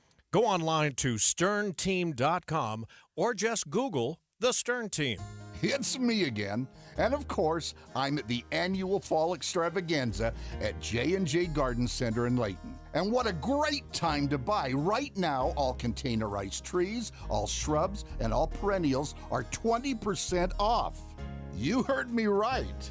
J&J's entire inventory of containerized trees, shrubs, and perennials are 20% off their regular price. J&J Garden Center definitely has the best products at the best price and most definitely the best service too. But don't take my word for it. Come experience J&J Garden Center for yourself. Take advantage of their incredible fall tree, shrub, and perennial extravaganza. Take the Layton Parkway exit, Main Street to Gentile, then west 2 miles. You've got to see it to believe it. You really do. Country grown to your home, J&J Garden Center. September means it's time for Any Hour Services free furnace sale. What's up, everybody? I'm Mike Wilson with Any Hour Services, and as summer comes to a close and falls right around the corner, the weather gets, well, perfect. And when the weather's perfect, people need a little extra incentive to replace their heating and cooling system. That's where Any Hour Services free furnace sale comes in. For the month of September, when you have Any Hour Services install a new air conditioner, we'll give you a new furnace for just the cost to install it. About $400. The furnace is free, you just pay the labor. And there's no catch. There's no raising the price on the air conditioner first. There's no making you buy the most expensive air conditioner to qualify. There's none of that. There's just a desire to keep our technicians working while the weather's mild and a genuine appreciation of you for helping us keep them busy. So if you've been thinking about replacing your old furnace and air conditioner and want to know exactly how much you can save during our free furnace sale, call Any Hour Services today and schedule a free estimate. Google Any Hour Services or schedule online at anyhourservices.com. No one helps more homeowners than Any Hour Services. Our Labor Day savings start now at Lowe's. Right now, buy one, get one free on Valspar Reserve or HGTV Home by Sherwin-Williams Infinity or Showcase Interior Paint via Lowe's gift card rebate. Whether you're painting one accent wall or want to freshen up a whole room, we've got you covered. Because Lowe's knows savings. Lowe's knows home improvement. More terms and restrictions apply. See Lowe's.com/rebates for details. Valid through 9/4. At the UPS Store, we understand the importance of a first impression. That's why we're here to help you put your best foot forward and be unstoppable with our printing services. With high-quality paper stock options, banners, business cards, menus, and more, we make sure your small business stands out and your message reaches the masses. After all, we're the one-stop prints that pop store. Most locations are independently owned. Product, services, prices, and hours of operation may vary. See Center for details. The UPS Store. Be unstoppable. Come into your local store today and get your print on. With the 3 things you need to know this hour, I'm Dan Bomas. First, there have been multiple casualties reported at a school shooting in Georgia, west of Atlanta. Second, sheriff's deputies are trying to sort out what happened inside a car in West Haven with the bodies of a woman and 3 children inside. All had been shot. And third, Israel's insistence on occupying Gaza's border with Egypt could be holding up a deal to end the fighting there. Right now, 62 degrees in Salt Lake City. And back to Dave and Dujanovic on KSL News Radio. Dave and Dujanovic. Learn your home's true value in 30 seconds. Just visit thesternteam.com to find out more. Priced Out Housing. Special coverage with Dave and Dujanovic. We do appreciate the partnership that we have with the Stern team to bring you updated coverage on where things are at in our housing market. Dave, not too long ago, you sold your home, so you could probably relate to this as a home seller. So CNBC is reporting that almost a quarter of homes in Salt Lake City, although you live outside of Salt Lake City, are selling for above asking price. Are you surprised? Not surprised. In fact, I'm a little surprised that it's not a bigger number, because it seems like everyone I talk to, like, yep, I got above asking price. And there's a little bit of strategy on pricing, and there's different philosophies of whether you should price it high and come down, or if you should start low and then create a bidding war. But I guess the fact that a quarter of homes are going above asking price tells me that they're probably priced in about where they need to be. So CNBC spoke to Presidio agent. I'm trying to get her exact title here. Presidio Real Estate. Sorry, Jennifer Yeo, about what's going on in Salt Lake City. We have a lot of pent-up money, buyers that can't afford to buy a house right now, so it's slowing sellers down from selling anyway. So we're definitely seeing that being a effect to our market right now. Okay, so we got a lot of different things going on in the market, but I think the main takeaway is that according to Zillow, the median sale price is $530,000 right now in Salt Lake City, and that 25% of homes that are going on the market are getting above asking price. So what that means is that if you're going to buy in Salt Lake City and you got to be ready to potentially get into a bidding war. Yes, you can.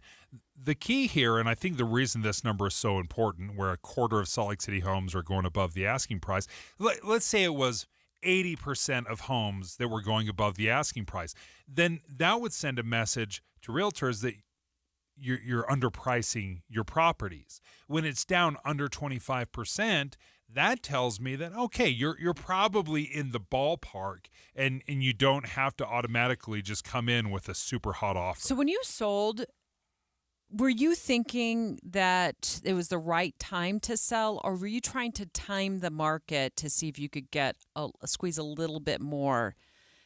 That played into it for sure. Did it really? Yeah, Talk absolutely. to me about that. Because we know, and fortunately, when we were talking to the Stern team, like the stars aligned for me, because we'd been talking to the Stern team and they were talking about the hottest market. When's the best time to sell? And what did we learn? End of spring, start of summer, right? Because everyone wants to move in before the next school year. Right. So the springtime is a hot time to do it. So that's why we decided to move so quickly. In fact, from the first time my wife and I started bandying about the idea of selling our home to actually selling was 3 weeks. Like, it was make a decision and we were out so quickly. Yeah. And we did. We got above asking price. And that was part of the discussion, because what we want to do is come out and say, my home is worth $1 billion. Oh, we're married to our homes emotionally. Yeah, we love it more than anybody else does. Mm-hmm. And that's where the realtor came in to us and said, all right, listen, nobody's coming to your house and remembering this is where your child took their first steps. This is where they bonked their head. And this is why we love this little dent in the wall. There's also no guarantee they're going to love the paint color you have on the walls. They're going to love the flooring that you put in, that they love the color of the granite countertops that you chose. And the hardest thing, I think, for a seller, having sold, I don't know, probably too many properties to count right now, is that emotional attachment. And so what I had to learn is this is strictly business. This has nothing to do with this is where my kids took their first steps, where we had that big birthday party bash for my son's 1 year, birthday. It is literally business. And so what price point am I going to get the most looks right out of the gate, right? Because I don't want, this is just my personal opinion and how I decide to price my homes, always with the help of a real estate agent, is where am I going to get what price point am I going to get the most looks right away? Because I don't want my house to marinate on the market, because once a house comes on the market, it's almost like when that shiny new object goes on the end cap at the grocery store, everybody races to get it.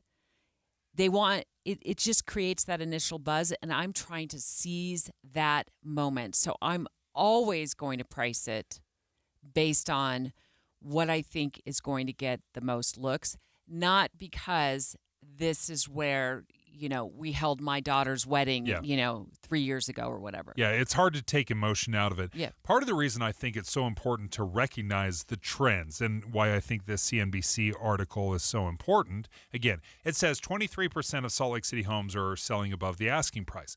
So what that tells me, if I'm buying a home in the Salt Lake City area, I don't need to come in immediately with an above market asking price. So if something is saying $550, I don't need to immediately start bidding against myself and say, I want this house so badly, I'm going to go an extra $25,000, because 3/4 of homes are selling for at asking price or below. So that's why I think this number is so important, to look at it and say, flip it around is what you're saying. Flip it around. If a quarter of homes, or if only a quarter of homes are going above asking price, that tells me 3 out of 4 are not. So you don't need to start coming in immediately and think, well, I'm going to have to come in with the greatest offer in history and make all these concessions. No, it looks like it's if it's the home you want that has 7 offers, though. Yeah, and then no holds barred, right? Yeah. And that's what's so hard. It's hard not to become attached to a home that you're looking at, because you think, this is the only home I could possibly buy. This is the only home that will ever come for. And that's not true. There's lots of homes out there. We just get impatient. We get antsy. Would you walk away from a bidding war? Oh, for sure. Yeah, absolutely. Because I think what's important, and this is what we did, we had a budget, and we had a little wiggle room, but we weren't going to wholesale change. You didn't let emotions take over. In fact, when we were selling our home, we were willing to not sell the home, right? If we didn't get the number we wanted. On the other side? Or on the home sale? On our home that we were selling, we weren't just going to give it away because we were so desperate to leave. We would have said, you know what? We still like this house. We can stay here until the market improves. Oh, I thought you were going to say until the end. We will stay here until they pull our dead bodies out of it. All right. Thank you so much to the Stern team. Just always really great information. Always something happening in the housing market. I think the next big story in the housing market will be what the Feds decide to do with the interest rate and then how that affects mortgage rates. And if that creates some movement in the housing market where people are wanting to sell because rates are coming down, or maybe they're going to refi if they have a rate that's, over 6, maybe 7%.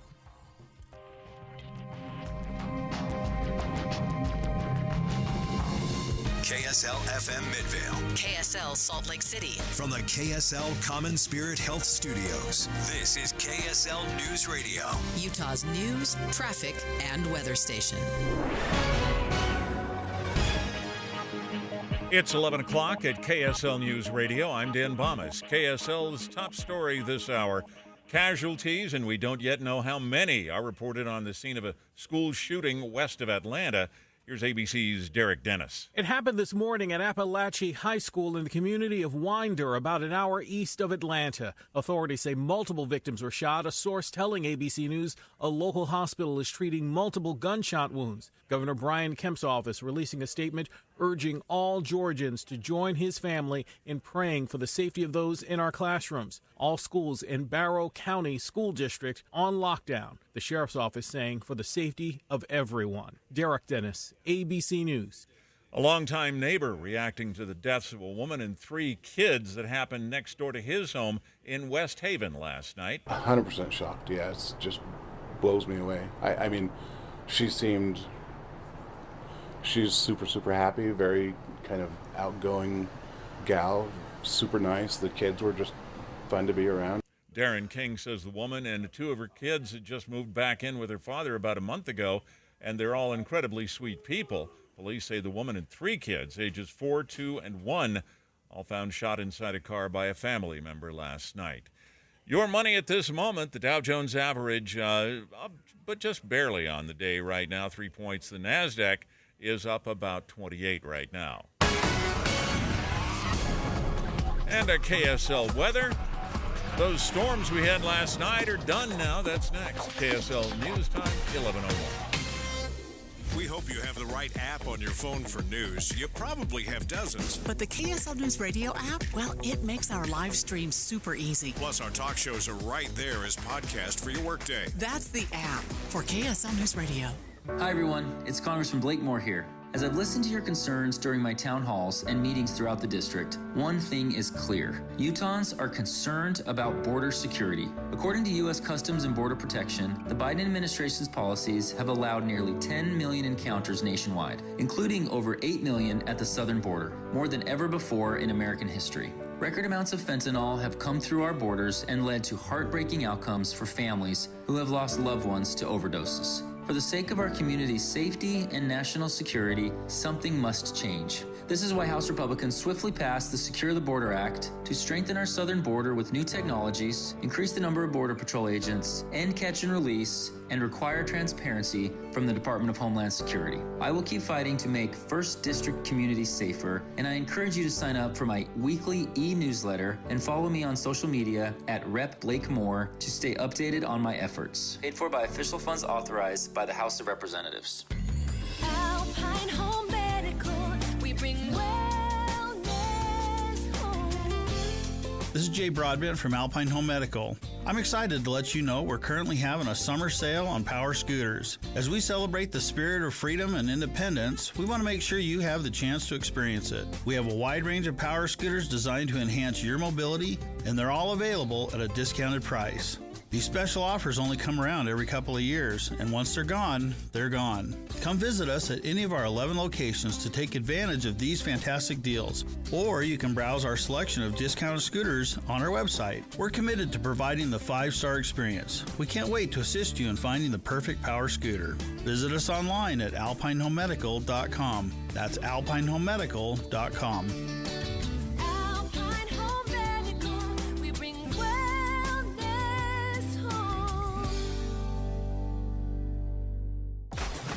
Be advised, this is your opportunity to save up to 40 to 80% on a hot tub or swim spa this weekend only, Friday through Sunday, Mountain America Expo Center, Sandy. Be advised, this is your opportunity to save up to 40 to 80% on a hot tub or swim spa this weekend only, Friday through Sunday, Mountain America Expo Center, Sandy. 18-month interest-free financing. Our factories have demanded we sell 1,000 hot tubs and swim spas this weekend. Mountain America Expo Center, Sandy. Huge factory incentives, factory rebates this weekend only. Mountain America Expo Center, Sandy. We can remove your old hot tub. Free delivery of your new hot tub. Hot tub starting at $2,999. Mountain America Expo Center, Sandy. Free delivery of your new hot tub. Just relax and enjoy. Mountain America Expo Center, Sandy. Friday, 2 p.m. to 8 p.m. Saturday, 10 a.m. to 8 p.m. Sunday, 10 a.m. to 6 p.m. Free admission, free parking, free delivery. Mountain America Expo Center, Sandy. Call 833-SPA-SALE or visit hottubandSwimSpaSale.com. Traffic and weather together, brought to you by Sinclair's Dino Pay app. Save up to 20 cents per gallon. And here's Heather Kelly. Very nicely all across the Wasatch Front. No delays right now or accidents reported on I-15, the east or west side belt routes, or I-80 through Parley's Canyon. You're still going to have plenty of construction zones to contend with. One of those is Legacy Parkway northbound from North Salt Lake up into Bountiful. Only one right lane is available. Right now there's not a lot of traffic, but that does slow down from time to time. This fall, head to Abravanel Hall for an elevated movie night with the Utah Symphony. For showtimes and listings, visit utahsymphony.org/films. Heather Kelly in the KSL Traffic Center. Sunny and 83 for a high today with some wildfire smoke affecting air quality. Temperatures rise back into the 90s for the weekend. And right now, 72 degrees and sunny. I'm Dan Bomas from the KSL Common Spirit Health Studios. Listen online at kslnewsradio.com. for Utah's news, traffic, and weather station. We want to bring you up to date when we first broke this story in the 10 o'clock hour of a shooting at a Georgia high school about an hour outside of Atlanta. We're just learning now that 2 people have been confirmed dead. We know that hospitals were receiving victims. There was helicopters, life flight type helicopters and ambulances on the scene. Let's cut in now to some of the live coverage coming out of Atlanta. Authorities. They didn't have time to get outside resources in there. It seems as though the local authorities got there, took care of things immediately. And then, the chaos is gone a little bit, and you can start to seal things down, lock them down, do things methodically, as opposed to the chaos that exists when there is a shooter on scene.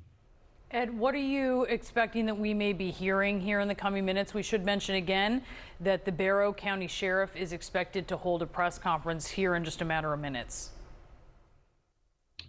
Right. I would expect that the county sheriff, along with the Georgia Bureau of Investigation and the FBI, will be on scene, joining forces to effectively deal with the investigation. But they'll be drilling down into the suspect right now. The key thing is to find out what motivated that person, how he got the guns and the ammunition, whether or not there were any accomplices, and also whether or not there's an ongoing threat from someone else. So a lot of very important work going on right now, processing the crime scene. It does appear as though all the victims have been taken care of and removed from the scene, which is the first job. But after that, you lock it down and make sure you know where everything is and it's ready for court presentation. And again, the latest on this is 2 dead in a shooting at Georgia High School, just outside of Atlanta, Georgia, and 4 people wounded. And our understanding is that a suspect was in custody earlier, and of course the investigation now ongoing. We will bring you updates. And about an hour outside of Atlanta, in a community called Winder, is where this shooting happened at a high school there. Dave and Dujanovic have inside sources. We have also been tracking developments in Ukraine. New York Times reporting that Russia has unleashed new strikes against Ukraine, and that also President Zelensky is initiating a shakeup of his cabinet. And Boyd's going to bring us up to date on that. And Boyd, as we are following this, what's happening in Russia, in Ukraine, and Ukraine has changed tactics. They become more offensive. Yeah. Instead of trying to claw back some of the area that had been taken by Russia and had been sitting on this territory for a while, now they've started to move in strategically into other areas across the Russian border. Yeah, and that's one of the things that has become very evident in terms of Russia's capability, and that is their main capability is to just grind things and move forward 6 inches, a yard, a foot at a time, at the expense of just putting kind of bodies through. That's the way they've been moving forward. So what Ukraine has done is said, well, we're going to change the game. Instead of going straight at you, we're going to be a little more strategic. And so they've been able to take about 450 square miles of Russian territory. So that's been a little bit of a game changer there, and has forced Russia to change that dynamic. So what is happening in Ukraine? Was there a big shakeup or change? Because I've heard that President Zelensky has changed things up in his cabinet. I wasn't sure if those two things were related, the way they were executing the war, or if was this something unrelated? Yeah, I think it's an interesting thing. Some of them have been just by choice. Some people have stepped down and moved on, and you have to give people that. I mean, this is exhausting what they are doing 24/7. It is a very consolidated power structure right now. It's basically martial law because you're in a war. And so the government is very much consolidated. So you have some of those in the minority party there in Ukraine who are saying, hey, we should be part of these conversations. We should be part of these conversations. And when there is a change, President Zelensky is choosing who he wants. Now, he has shown a propensity to put people in and out, which I kind of like. He brought someone in who was involved in the rails and a lot of the economic things, brought them in. They've moved back out and then come back in a little bit later.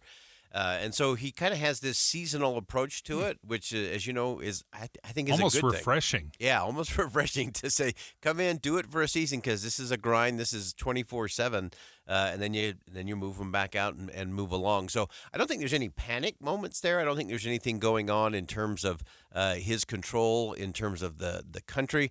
And remember, this is a country of about 38 million people.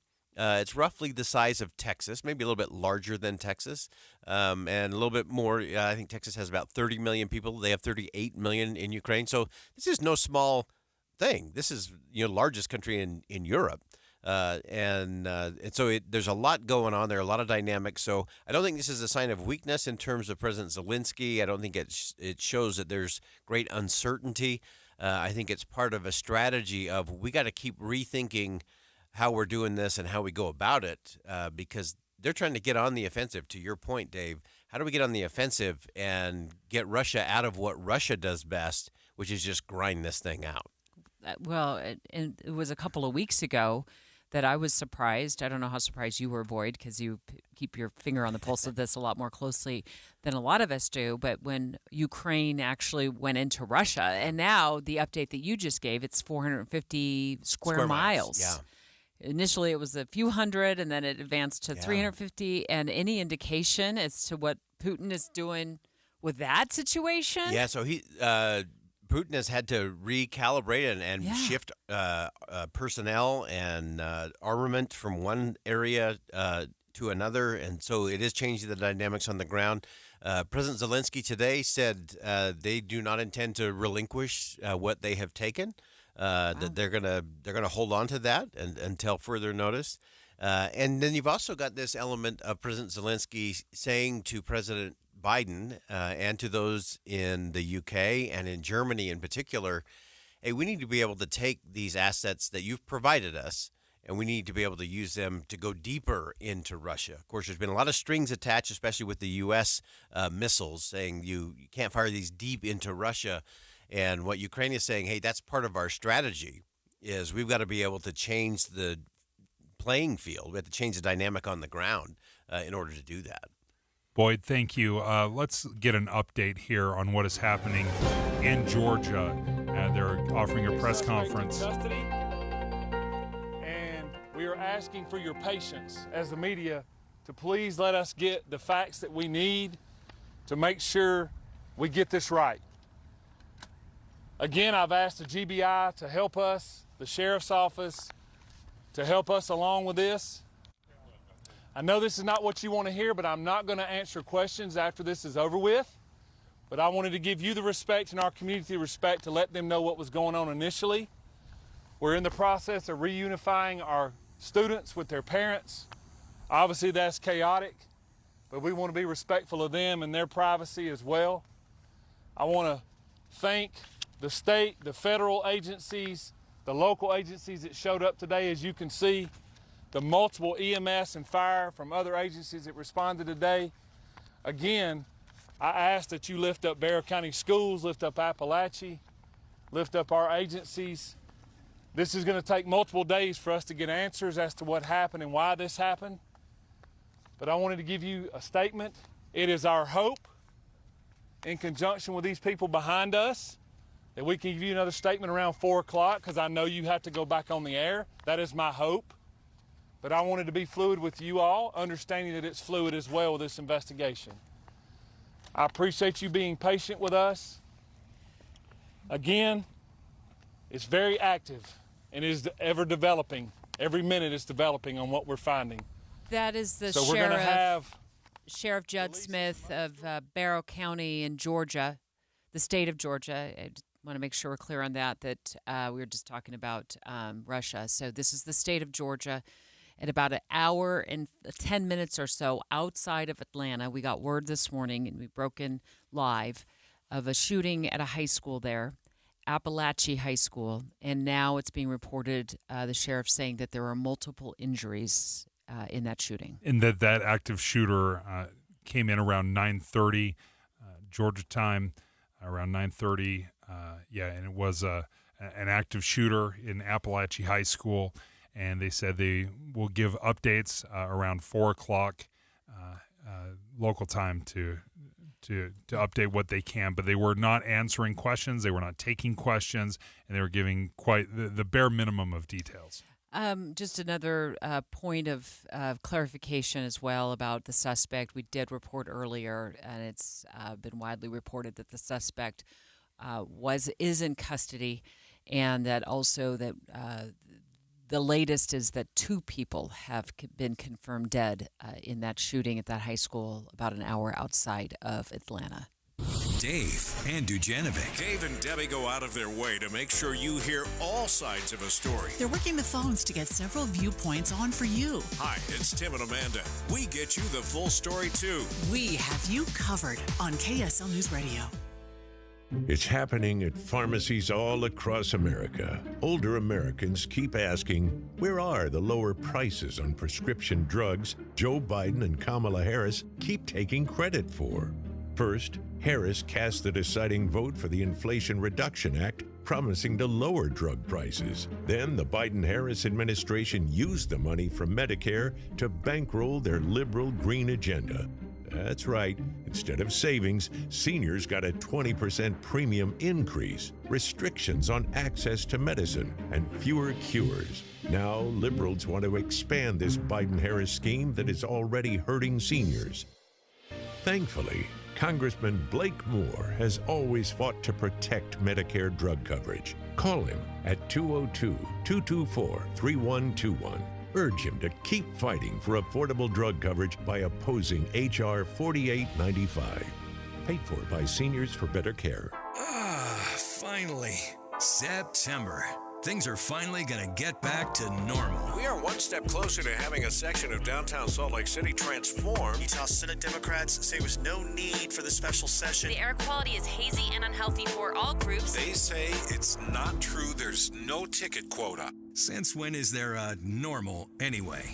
We're tracking these stories to keep you updated on key developments. Listen each day this week to KSL News Radio.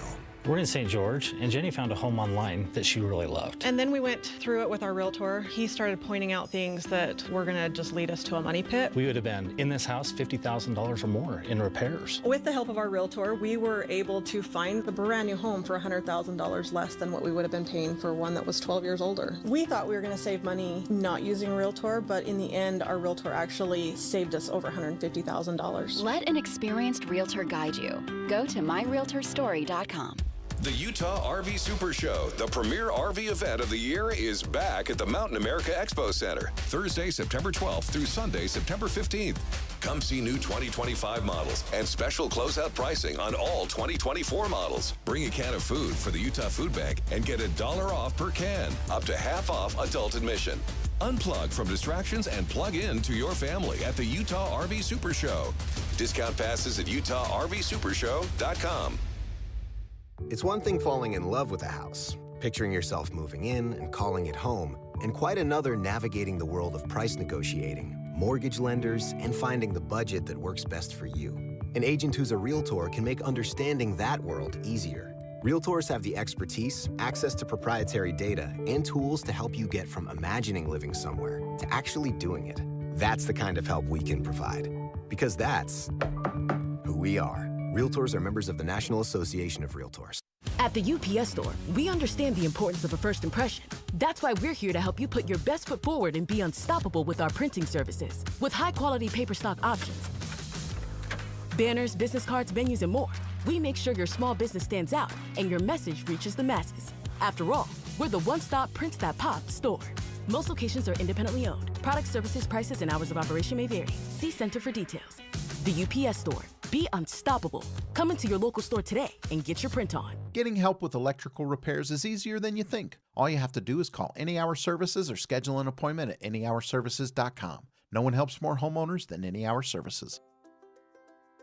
My wife and I always loved doing everything together. Jiu-jitsu, kayaking, and intimacy was always on point. It was around my early 30s when I noticed a downward trend. Watching a lot of TV, putting on weight, and just full of self-doubt. I had tried another men's clinic with disappointing results. It's the personalized treatment I receive at Revive Men's Health that has been the complete game changer for me. I've got my energy and motivation back, I'm feeling stronger than I did in my 20s, and it made me a much better husband to my wife. I'm Eric Ramos, healthcare provider at Revive Men's Health. If you are always feeling tired or moody, have a difficult time sleeping, or decreased libido, you may be suffering from low testosterone. Book your free T-check and exam at Revive Men's Health Salt Lake City. Call 801-263-7777. That's 801-263-7777. Or visit ReviveMen'sHealth.com. With the three things you need to know this hour, I'm Dan Bomas. First, at least 2 people now reported to have died in a school shooting in Winder, Georgia, west of Atlanta. There may be others wounded. The sheriff has 1 suspect in custody. Second, neighbors in West Haven remembering a sweet woman with cute kids. She was found dead in a car along with 3 children last night. Riverton police have made an arrest in a homicide there last month.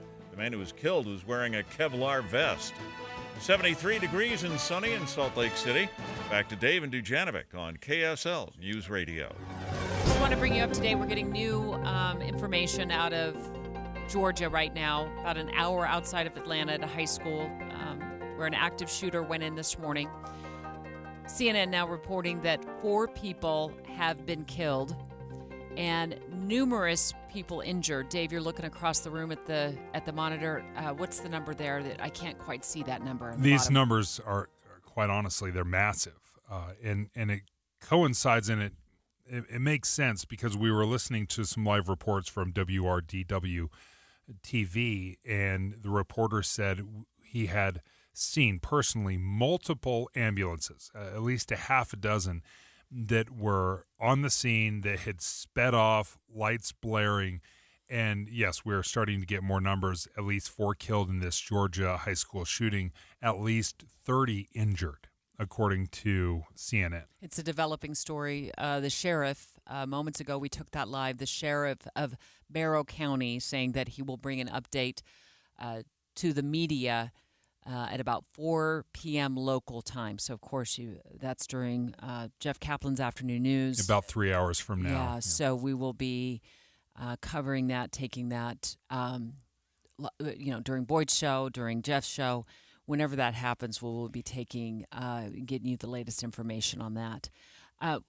We have also been talking for the last couple of days about a number of gang-related and teenage-related shootings along the Wasatch Front, and a push by Utah's Capitol Hill to enhance penalties for adults who recruit teenagers to commit crimes. And in fact, we had a live interview yesterday with Representative Ryan Wilcox, who is pushing for legislation to make it tougher on adults who, get kids involved in gangs and then put them up to the task of pulling the trigger. The bill that's come out that we're talking about right now includes, right now it's a Class B misdemeanor, which is like a bad speeding ticket, right, for any individual to recruit a minor into a gang or to intimidate a minor to stay into a gang, which often happens once a kid is in and realizes this was a very poor life choice.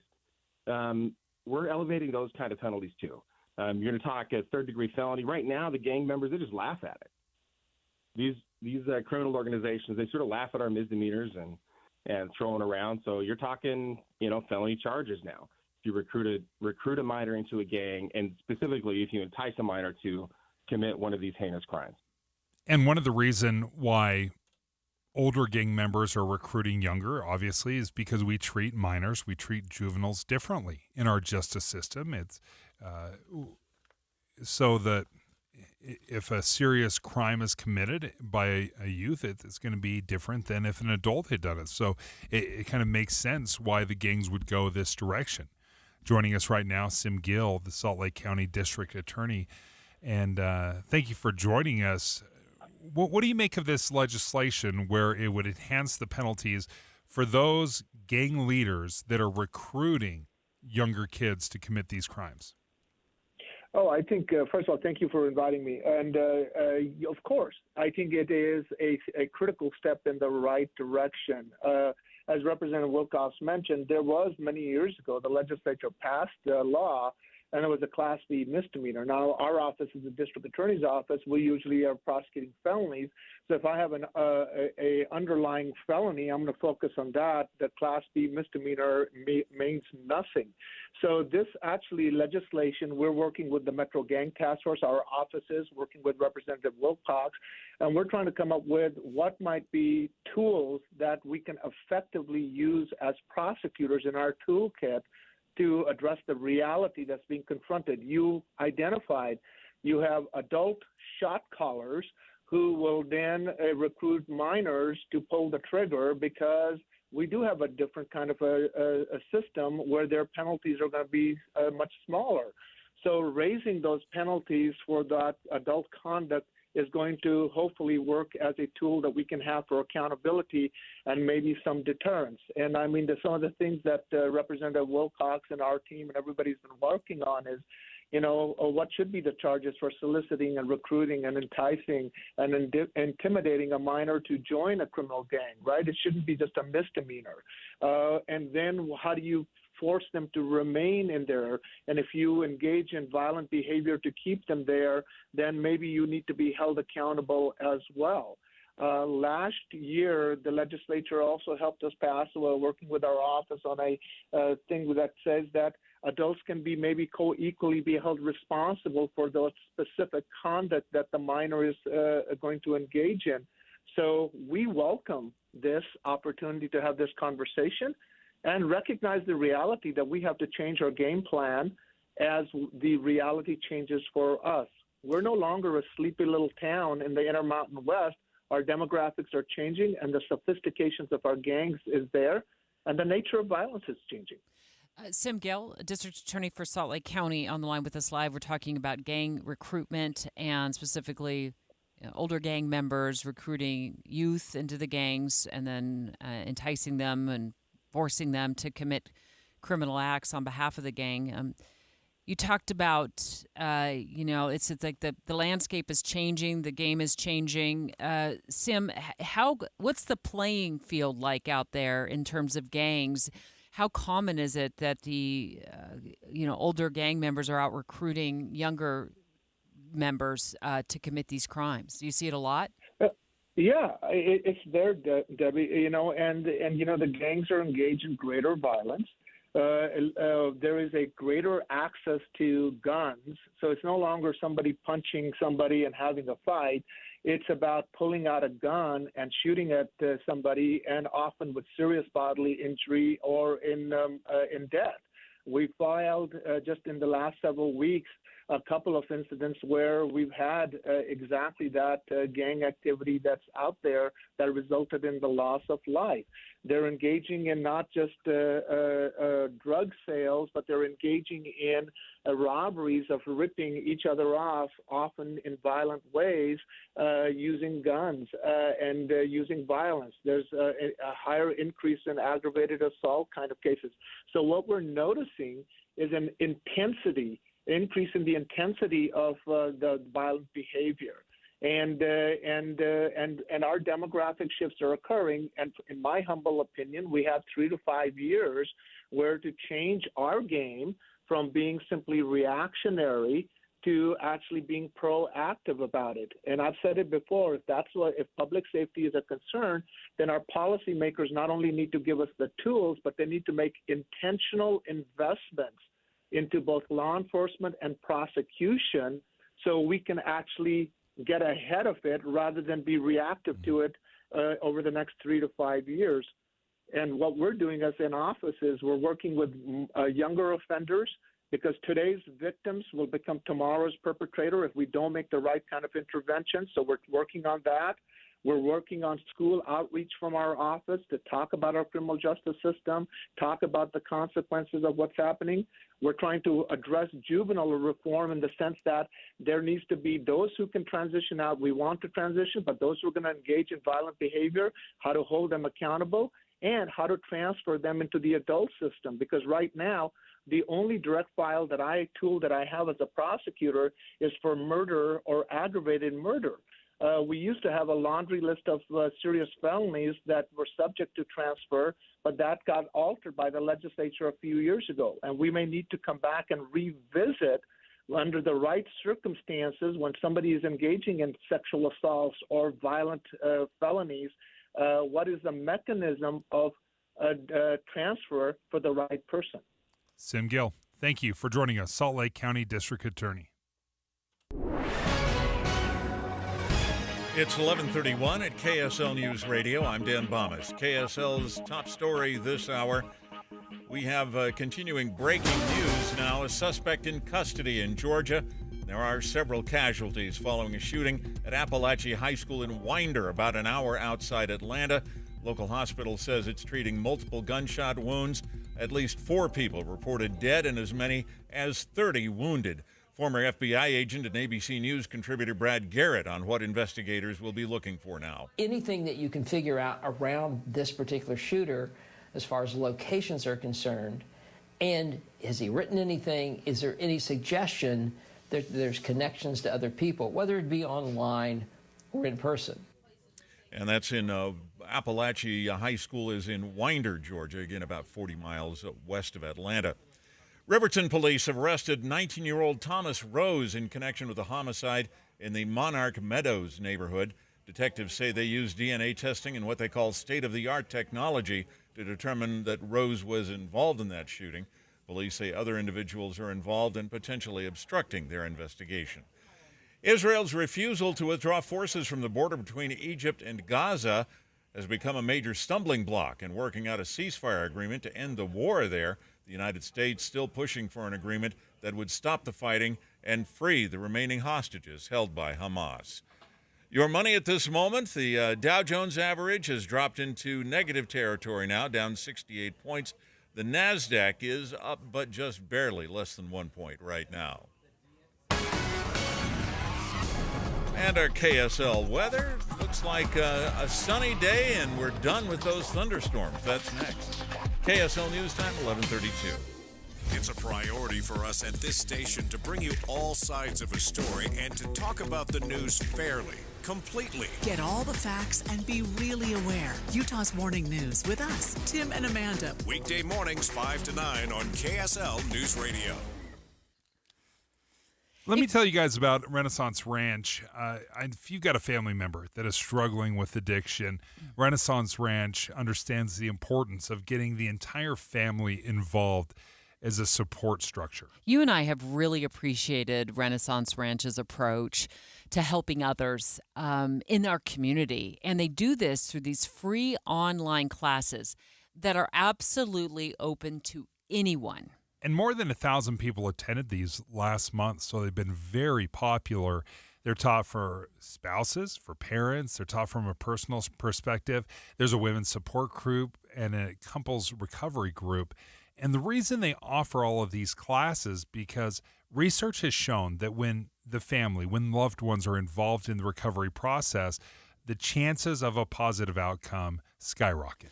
And these are faith-based. They're clinically proven for more than 20 years, and it is really easy to sign up for these free online classes. Yeah, all you have to do is go to renaissanceranch.com. That's where you'll find these free online classes. Again, open to the public, easy to sign up, find the one that best suits your needs.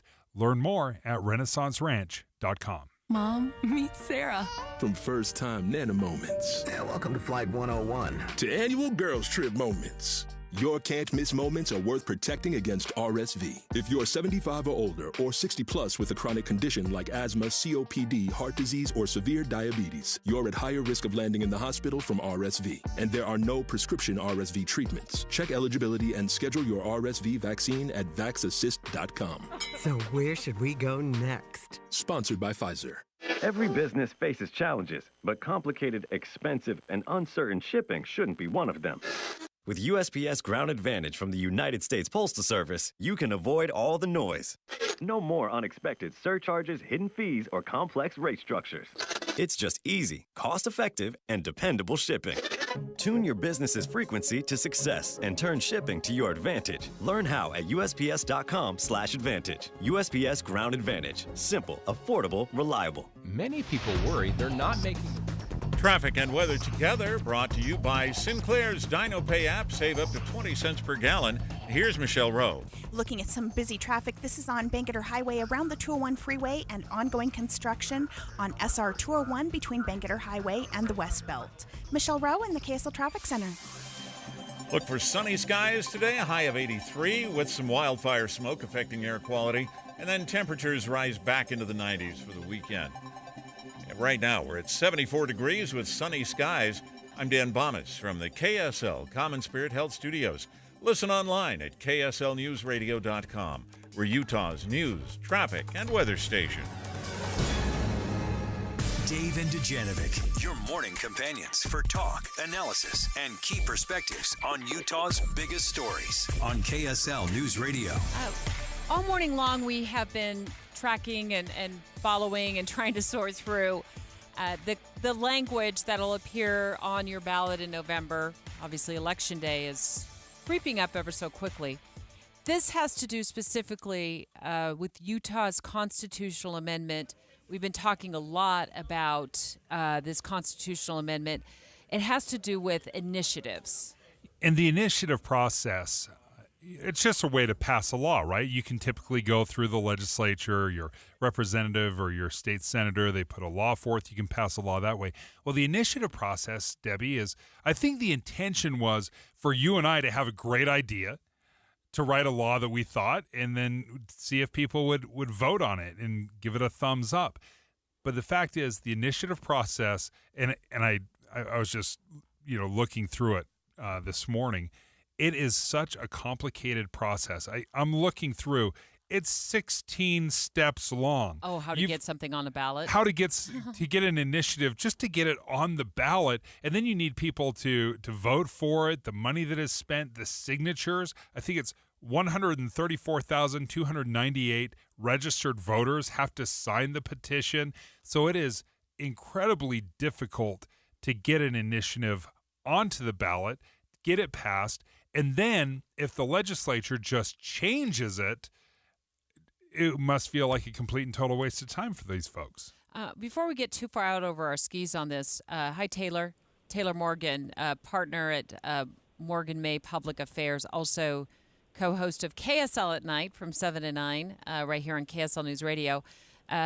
Before we get too far out over our skis, talking about this like it's inside baseball and everybody knows what we're talking about, I want to kind of reread through what KSL 5 Television's Lindsay Aerts has posted to KSLTV.com, which is the proposed amendment that'll be on the ballot in November. And it reads, should the Utah Constitution be changed to strengthen the initiative process by prohibiting foreign influence on ballot initiatives and referendums, clarifying the voters' and legislative bodies' ability to amend laws, and then if approved, the state law would also be changed to allow Utah citizens 50% more time to gather signatures for a statewide referendum and establish requirements for the legislature to follow the intent of the ballot initiative. So just for transparency, we always like to make sure we're transparent. Your firm has been involved in this initiative process, and you've been involved as a lobbyist as well, correct, Taylor? Dave, Debbie, that's an understatement. Okay.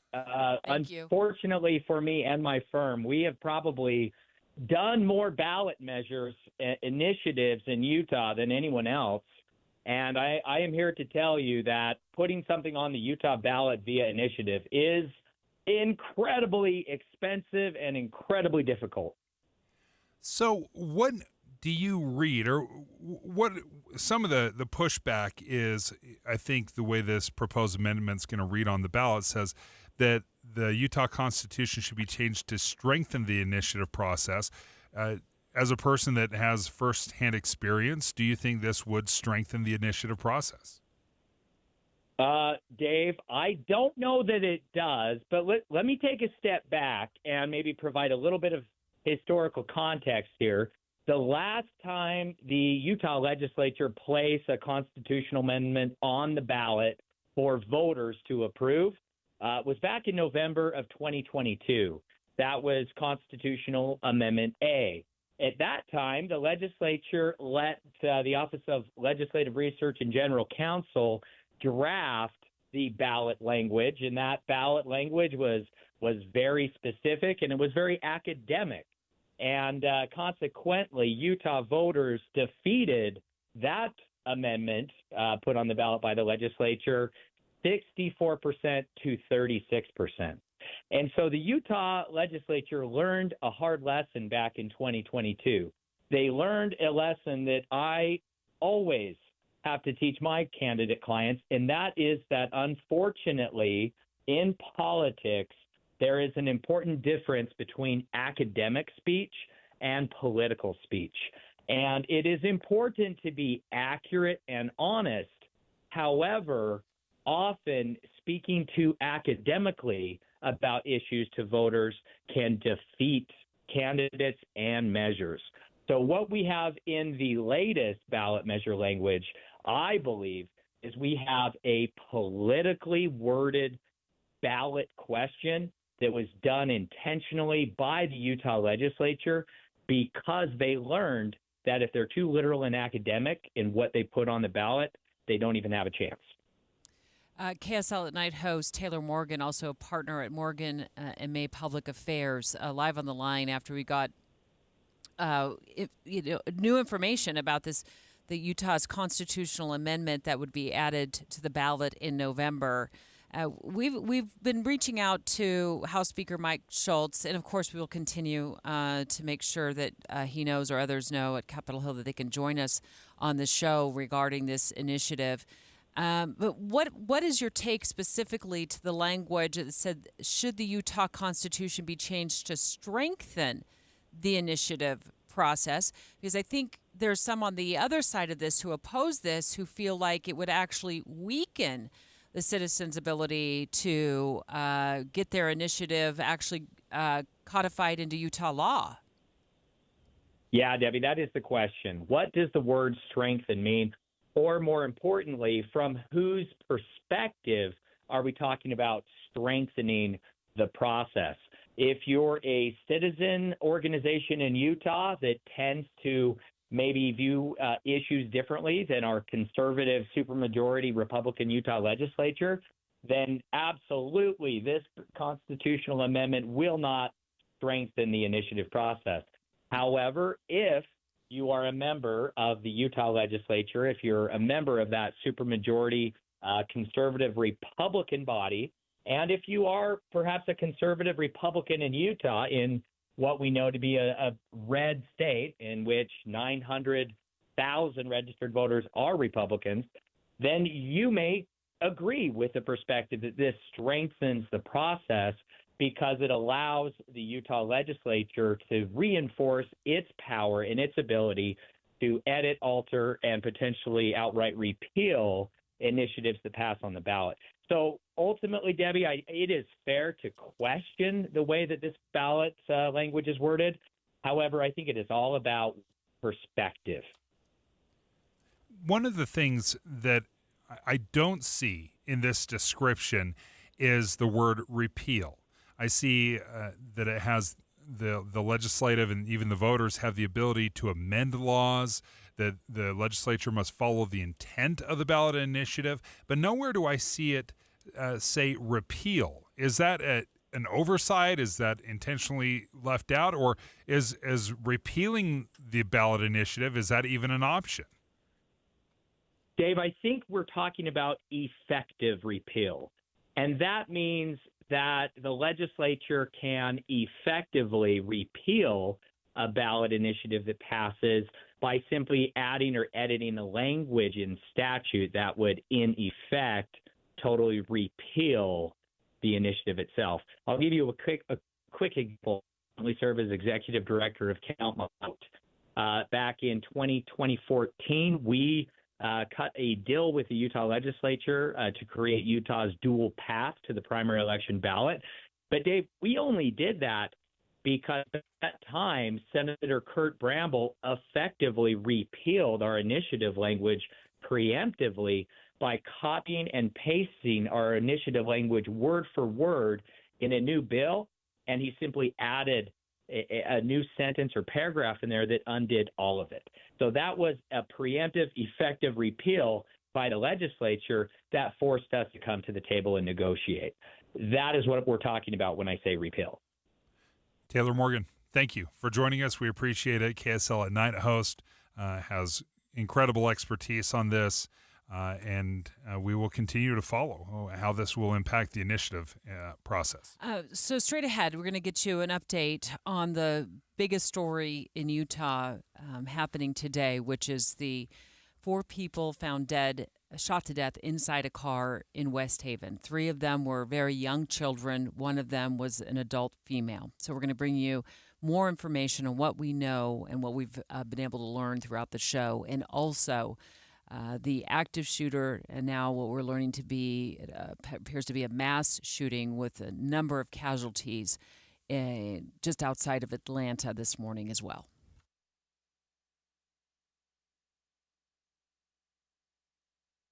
Dave and Dujanovic. Current events can have a lot of moving parts. Our job is to make it easy to keep up. You're part of a bigger world, so spend 15 or 20 minutes here and be part of it. Join us weekday mornings between 5 and 9 on KSL News Radio. Winter is coming, but there's still time to replace those drafty old windows before the cold comes and drives up your heating bill. Just make one call and take advantage of the Advanced Window Products Fall Special. $2,500 off on 10 windows or more, and that's $2,500 off their already low factory direct prices, because at Advanced Window Products, they're the factory. Your windows are built in their facility right here in Salt Lake City. You're buying local, and with their lifetime guarantee, you don't ever have to call some faraway state for help, Advanced Window Products is right here, proudly backing up their work. So make one call, save on your heating bill, and get a rebate from the energy companies. Advanced Window Products offers 0% financing. They can even give you amazing new windows with no money down. And don't forget, $2,500 off their factory direct prices, but you have to call now. Advanced Window Products, 801-850-9100. That's 801-850-9100, or go to advancedwindows.com. When you choose Performance Automotive in Bountiful, you're choosing selection, convenience, and exceptional service. 4 locations: Performance Ford Lincoln, Performance Honda, Performance Toyota, and Ford Truck Country. All dedicated to delivering you the best auto experience anywhere. Looking for your first car? Maybe you want rugged power or the stylish ride of your dreams. New or used. See it all at PerformanceBountiful.com. PerformanceBountiful.com. Just the other day, I was talking with a new acquaintance, and I mentioned I had let go of 70 pounds of fat weight with the help of my friends at Soda Weight Loss. And I showed him a picture of me from this same week last year. He said, "Wow, you don't even look like the same person anymore. You look younger now." One of my relatives, who I hadn't seen in person in a couple of years, said I look taller now. Well, I'm not alone. Clients at Soda, which is spelled S-O-T-A, look and feel 10 years younger when they let go of the fat. I'm living proof of this, but you can see for yourself by going to SOTAweightloss.com. That's SOTAweightloss.com. Check out the thousands of before and after pics. While you're there, click on the Request a Nutritionist callback. And within minutes, you'll be talking with someone who truly wants to help you get in the best shape of your life. You want the fastest and most permanent results? It's not with injections, drugs, or pills, and it's not with fad diets, because you almost always gain the weight back once you stop. I got rid of my excess weight in just 5 months, and now 6 months later, I'm still right where I want to be. Get started now and look great for the holidays with SOTAweightloss.com, because Soda is state of the art. We just want to have enough money for retirement. And travel to visit our grandchildren. I understand. That's why at Fisher Investments, we start by getting to know each other, so I can learn about your family, lifestyle, goals and needs, allowing us to tailor your portfolio. What about commission-based products? We don't sell those. We're a fiduciary, obligated to act in your best interest. So how do your management fees work? We have a simple management fee based on the value of your portfolio, so we do better when you do better. We appreciate that kind of transparency. We also check in with you regularly to keep you up to date on the markets and your portfolio. Well, what other services do you offer? As a client, you have access to resources on investing, financial planning, estate planning, Social Security, Medicare, and more. Wow, sounds like Fisher Investments has everything we need. At Fisher Investments, we're clearly different. Learn more at FisherInvestments.com. Investing in securities involves the risk of loss. This is Derek Miller speaking on business. Water is a precious natural resource, and how we manage it today will impact nearly every aspect of our future. One way we can protect our water supply is through water-wise landscaping.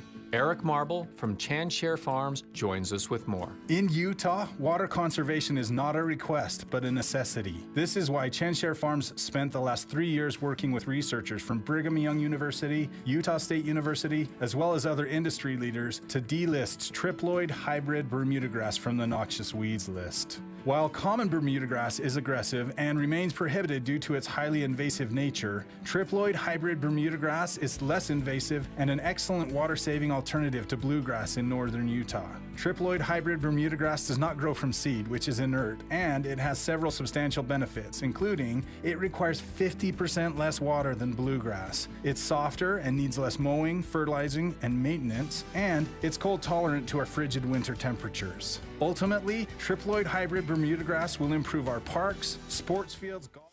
We want to take you live right now up to Weber County in West Haven in a neighborhood where 4 people, a woman and 3 children, were found shot to death in a car. The sheriff's office now addressing and giving us the media and giving us the latest information. Let's listen. And 3 children, all under the age of 5, deceased in a vehicle. CSI, Weber County Attorney's Office, Homicide Task Force, as well as agencies officers from Roy PD responded to assist us. Our detectives have been working diligently throughout the night, gathering evidence, processing the vehicle in the house. As of right now, the 4 individuals have been taken down to the medical examiner's office to determine the primary cause of death. That's pretty much all the information we have to give out right now. More information will be provided at a later date when we have all the evidence that we need to put out. Oh, yeah. So this is going to continue to be an active investigation, crime scene area. We're just asking the public to please be patient with us. These are complex cases, and just stay away from the area.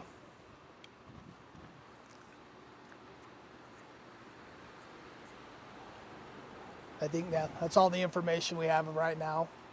So, are you treating this as a homicide? Until we get the determination from the medical examiner on the cause of death, we haven't made a determination yet. Suspects. No, with the evidence we have, there doesn't appear to be any threat to the public safety or the community around here. So no fifth party involved that you can tell right now? But the investigation, where it's going, we don't have that information right now. Like I said, until... I do not know that. We're still in the early stages of this investigation, so more information will be provided when we figure out who's related to who. And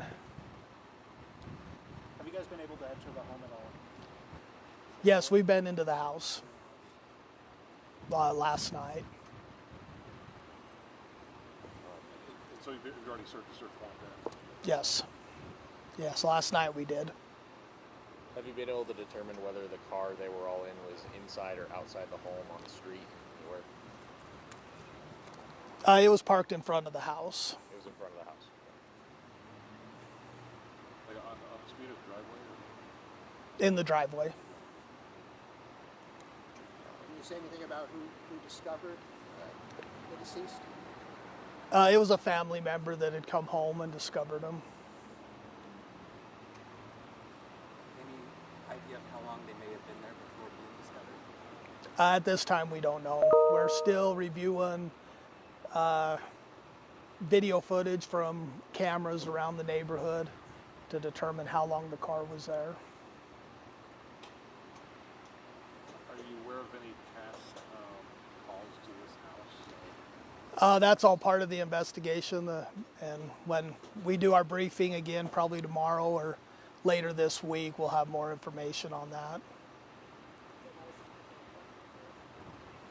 Could you go over the age and genders of the kids one more time? Because we've been told by a neighbor that they, and I know can't release like who's related to who right now, but we've been told that a mother had a 2-year-old boy and a 1-year-old daughter. We were told 1-year-old girl, 2-year-old girl, 4-year-old boy.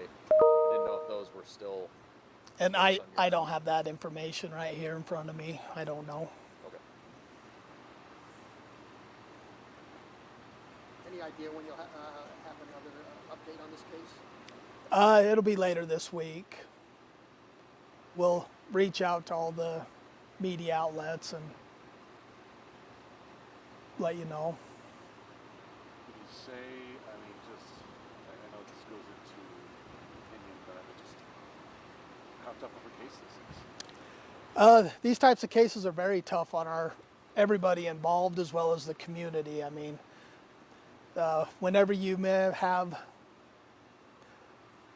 little kids die in such a way, then it's very difficult for our officers, our deputies, our CSI team, the homicide task force, and neighbors. I can imagine a big impact on the family, because we've been told that there are other family that were living in this house as well. Yes.